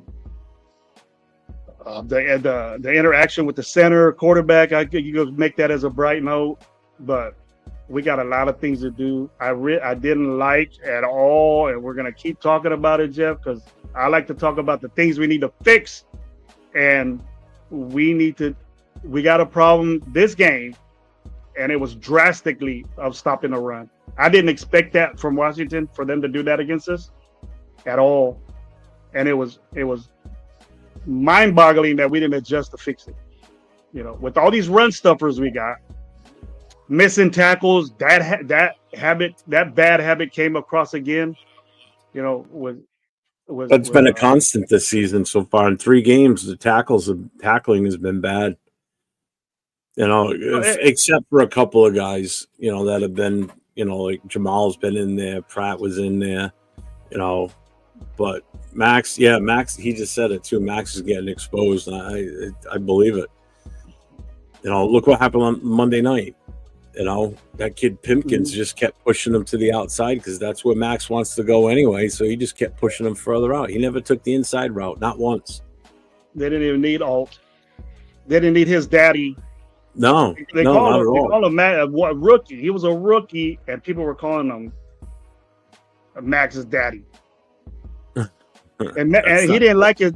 They didn't like it. Max Crosby didn't like hearing that so much that they put a rookie against him on that side, and he still couldn't get through that rookie. So he got 2 daddies that play for the Chargers now. I'm not with Max right now.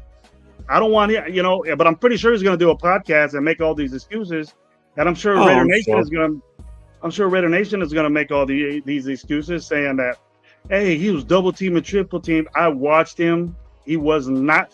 Who was getting double team and triple team? Double team most of the time was Adam Butler. Butler was. He's more of a threat from the defensive tackle position than Max is in all his gloriness. Being that guy. getting paid like that guy, but not being He's not that up to guy. it. Are we willing to not talk about it? Are we, or am I the only one? I know you agree with me, but by game 3, these well-paid guys are doing things, changing games. And just imagine if Max Crosby would have been Max Crosby of old, and said, why? Those great guys, they don't give a shit if they get game planned for or chipped or anything like that. They're busting right through it. No, our guy's not. He needs to be that. He needs to be that game changer every game now. From here on, he has to. Like Christian Wilkins. The 5 games we had Christian Wilkins, and Max played well, very well. So it matters. And we can say fuck Christian Wilkins. He did what he did. You know what I mean? He got hurt doing stupid shit. It was just all bad. But I don't blame Telesco for that. Shit, look what Telesco did, Jeff. All of his draft picks are hitting. Even Christian Wilkins, it's not his fault that he was crazy and did some stupid shit. You know what I mean? It's not his. What do we think about our GM right now with everybody except for Genty is producing to this team? No one else is. Your second round pick has been non-existent. He had 1 catch for 10 yards today. You saw number 18 out there. I was like, oh, that's Betch. And then you never saw him again. You got to pass. You got to. It was a first down again. He's doing it, but I need to see him more. Tucker did what he had to do. I'm not going to talk shit on Tucker. Just be consistent. Do it again. Do it again when it matters. Do it again. Yeah. I don't want this shining, playing well against New England, right? Not even showing up at all. Again, that's the way he is. That's why I said I'm done with Trey Tucker, because he always did that, Jeff. He always, this game, and then maybe he doesn't do nothing against that. He disappears. You don't see him anymore. Geno Smith trusts him today. He was our most productive wide receiver we had, even late in the game. Oh, yeah. But Thornton, I don't even know why he's on the field. We have to put him on the field because we don't have anybody else. No. I'll tell you this: I would have took a slow ass Amari Cooper instead of fucking throwing deep to Thornton and an impossible. Well, he had Amari Cooper, but he couldn't cut it. Exactly. What are we doing now? What was his? What did Jacoby even do today? Did he do anything? He was productive in the beginning. He got some clutch at the end, but dude, how about the Panthers fucking blanking the Falcons 30-0? Yeah, I was surprised by that one. If we suck in all 3 phases, where would you change ASAP? Players, coaches, or game plan? It's players. Offensive line is players. Defensive line, which was, we thought, our stronghold, got tore up today. Yeah. Yeah, the team that kept the unit that kept us in that game last week just blew it for us this week. Mm-hmm. Myers had 3 catches for 63 yards. He had a long of 45. That's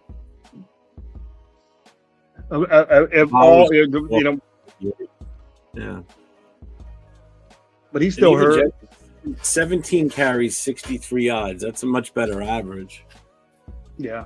Because week 1, week 1 he was 19 carries for actually the same yardage, wasn't it? 50 something. I don't think he got 60. It might have been 50 something. But either way, I mean that's not the stats we're expecting from this guy.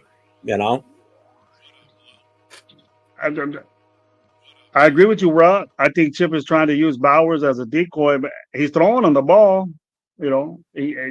That's all we had, because really, the rest of the game, Tucker wasn't involved doing anything until late in the game when they had the B team out there. It was solely comfortable lead, and then we got them with that.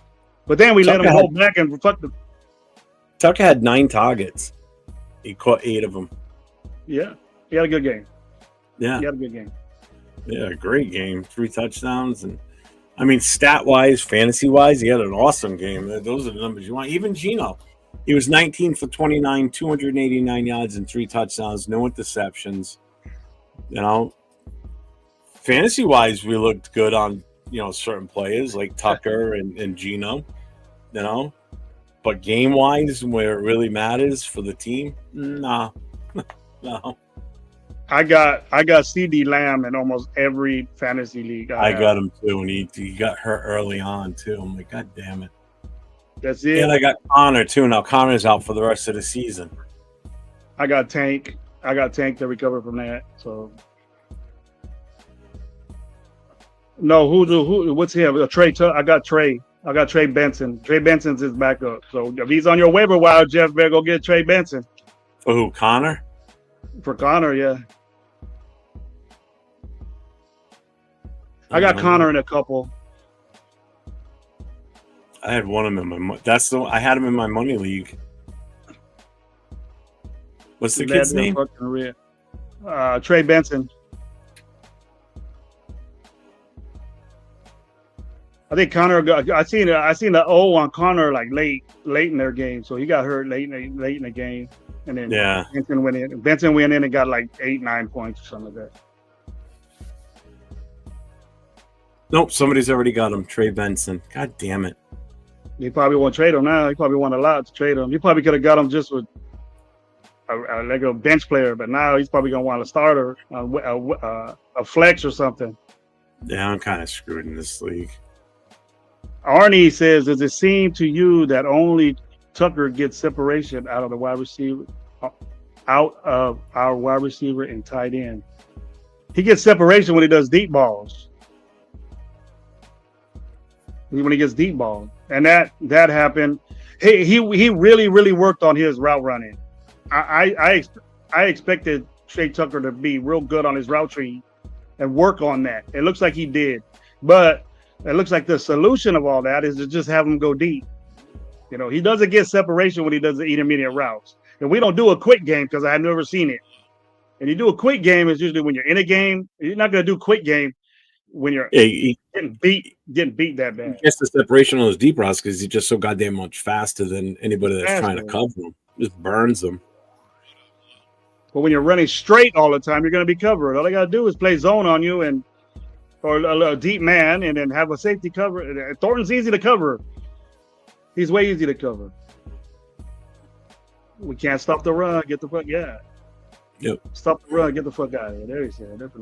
We can't stop the run. We can't block for our running backs. So. Very impressed with what I see, the natural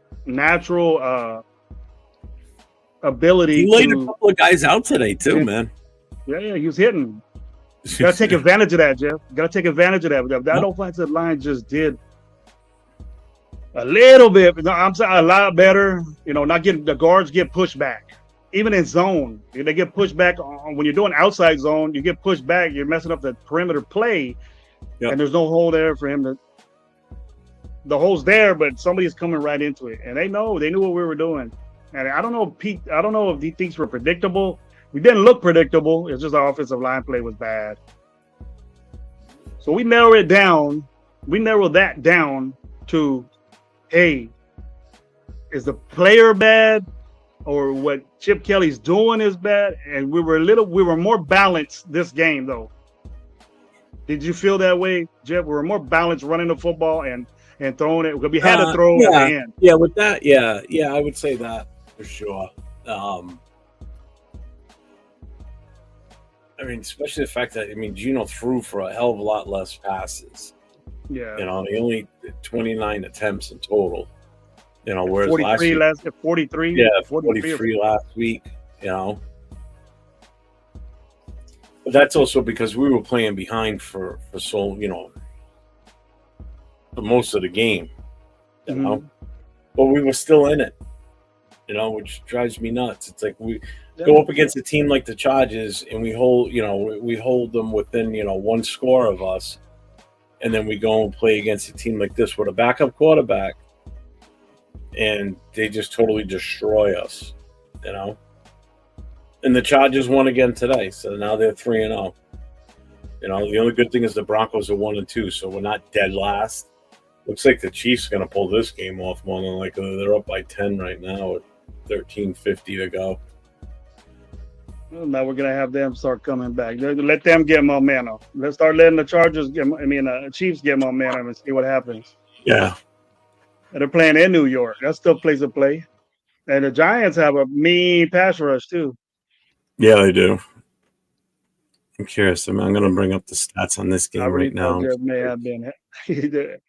Excel Raiders said, "I really thought Jeff may have having a stroke. Thought you were having a stroke last night, Jeff." Mahomes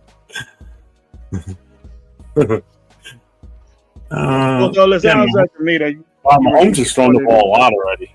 He's 19 for 31, 160 yards and a touchdown. Pacheco's 8 carries, 41 yards.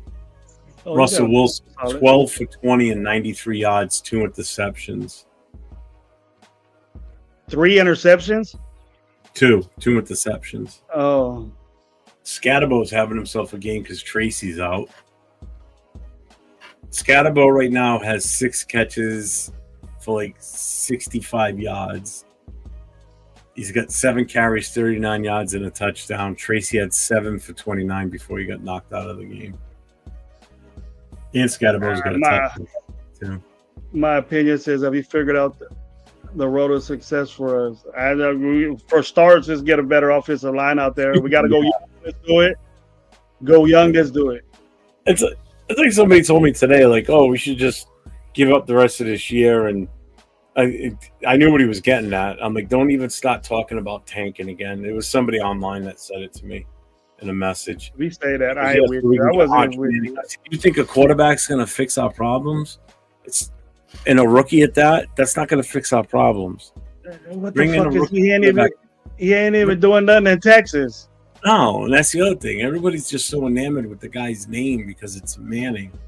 I don't think he's that great. I don't want that guy. No, I don't either. I already know. Those are the guys that said tank for Shedeur Sanders.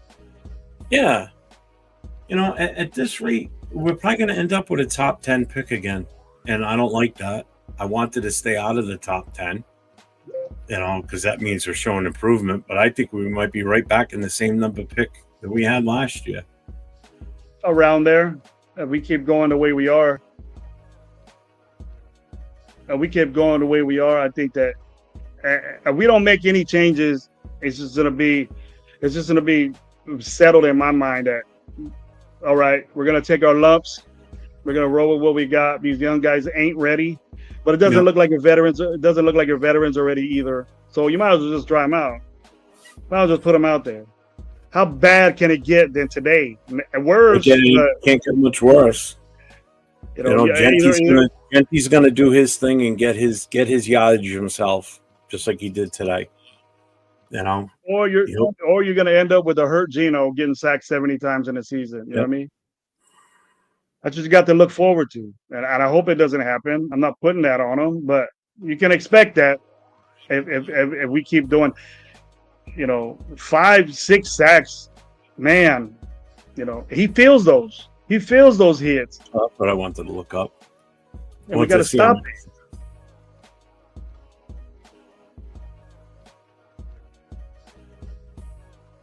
Let's see. We got Clark. Both the Chiefs and the Giants look better than us. Yeah, we gotta play the Giants too.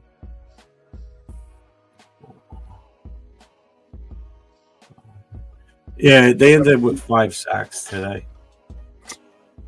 Fucking Bobby Wagner had fucking 2 sacks alone himself.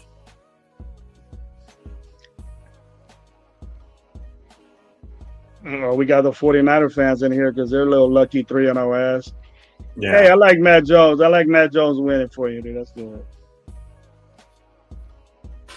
The O-line refuses to help do that. They're not helping them out. I don't think they're game planning to help them out. I think we got a problem in that area as far as coach is concerned. I'm starting to lean that way. It might be that. But I told you why. Responsibility of Brennan. You got Jack Kennedy here saying, get rid of, like he was there on Friday. Get rid of Brennan. Get rid of Brennan. And what's that going to do? Nothing. Firing people ain't going to do nothing. The players are the ones that need to change right now. And I don't like change, but let the young guy. If you have guys there, let the run guy. You can pick out who actually watches the games and who doesn't. When you got people sometimes in the chats or start squawking online, you know, I see it on Facebook all the time. Max is getting double and triple. No, he's not. Everything this year, he's been single covered. He might have got doubled up once or got a chip from a running back on his way out, but he ain't getting double teamed. Sure as hell ain't getting triple teamed. Nah, you know, he's most of his snaps have been one-on-one with a tackle, and 3 games in a row that tackle has kept him in his place for the majority of the game. He might have gotten lucky at a couple of points, but if he's getting triple team, that's free reign for one of these dudes to get the quarterback. One of these big guys to get the quarterback. So that doesn't happen a lot. You rarely, unless he got like Khalil Mack type shit when he sacked what's his name 7 times. Then you triple team the guy. Yeah, because it's he's like getting chipped. It's just going to destroy us. He's getting chipped by a running back, and he can't even do that right. Yeah. When are we going to start saying that? Hey, Max, you need to get your shit. It needs to be out loud, saying, you know, I ain't here to look at fucking mohawks and fucking tattoos anymore, bro. You need to produce. I don't give a fuck what you have on your body. I want to see the body of the quarterback down on the ground with you on top of it. Yeah. Saying, yeah. Well, he gets 100 and something QB pressures. Those are great, but can we turn some of those into sacks, like about 15 of them? He's never had more than 14 in a season since he's been in the league. And it's been a few years since he had 14. 100 and something $1 million we're paying this guy, bro. And we're not talking about it. 3 games already. 1 sack, and barely that, Jeff. He pushed Drake May out of bounds behind the line of scrimmage, and that was a sack for him. No drastic beat down type stuff that he used to do. Got paid, and I got paid and got comfortable. But he talk about that he's badass on his show tomorrow. I guarantee you this. He'll be ready to talk about without a doubt. But no one gets on his show or they get blocked or on timeout when they say, hey, man, why are you making $30 million and you got 15 fucking pressures and 1 sack? Yeah, you barely, it's not even, dude ran out of bounds. You just pushed him. Yeah. I don't. Well, I think I'm going to get off. I'm going to watch the rest of this game. Me too, bro. But thank you for coming on, Jeff, and speaking with me, man. I'm glad you feel better. I'll be on tomorrow with Chris for our Monday morning quarterback. So talk about it, man. Talk about your shows and tell them what we got. Yeah, we'll be on tomorrow morning at 12:45 Eastern time. I'm sorry, 1:45 Eastern time and 10:45 Pacific time tomorrow morning. So it'll be our Monday morning quarterback show, and we'll be discussing this awesome game that we watched today. We'll be all smiles and cheeriness. Absolutely not. No. All right, bro. Thank you, man. That's what Chris. That's what LV Chris or Chris? Okay, no, Chris Ferreira. Yeah. Check out Chris. He's on shows all the time. He's on a bunch of shows. He's on like 5 shows during the week. Check him out. Him and I do a lot of shows. Yeah. Out of a 7-day work week, the only day I don't do a show is a Sunday. It's the only time I don't have a show scheduled. I got a show. You guys probably won't see me. You guys probably won't see me till Wednesday, and that's when we have our show. Probably discuss this again, or maybe get on to the Bears. Can the Bears give us problems? What do we see in that? And if there's any changes and stuff, maybe we might do a pop-up show or something like that. But thank you, Jeff, for being here, man. Stick around a little bit to talk to you for a minute. Just stick around for talk to you for a minute, and then we'll end the show. Raider fans, get your heads up. We're gonna make changes. We're gonna get better. We'll talk about it. Peace out, Raider Nation.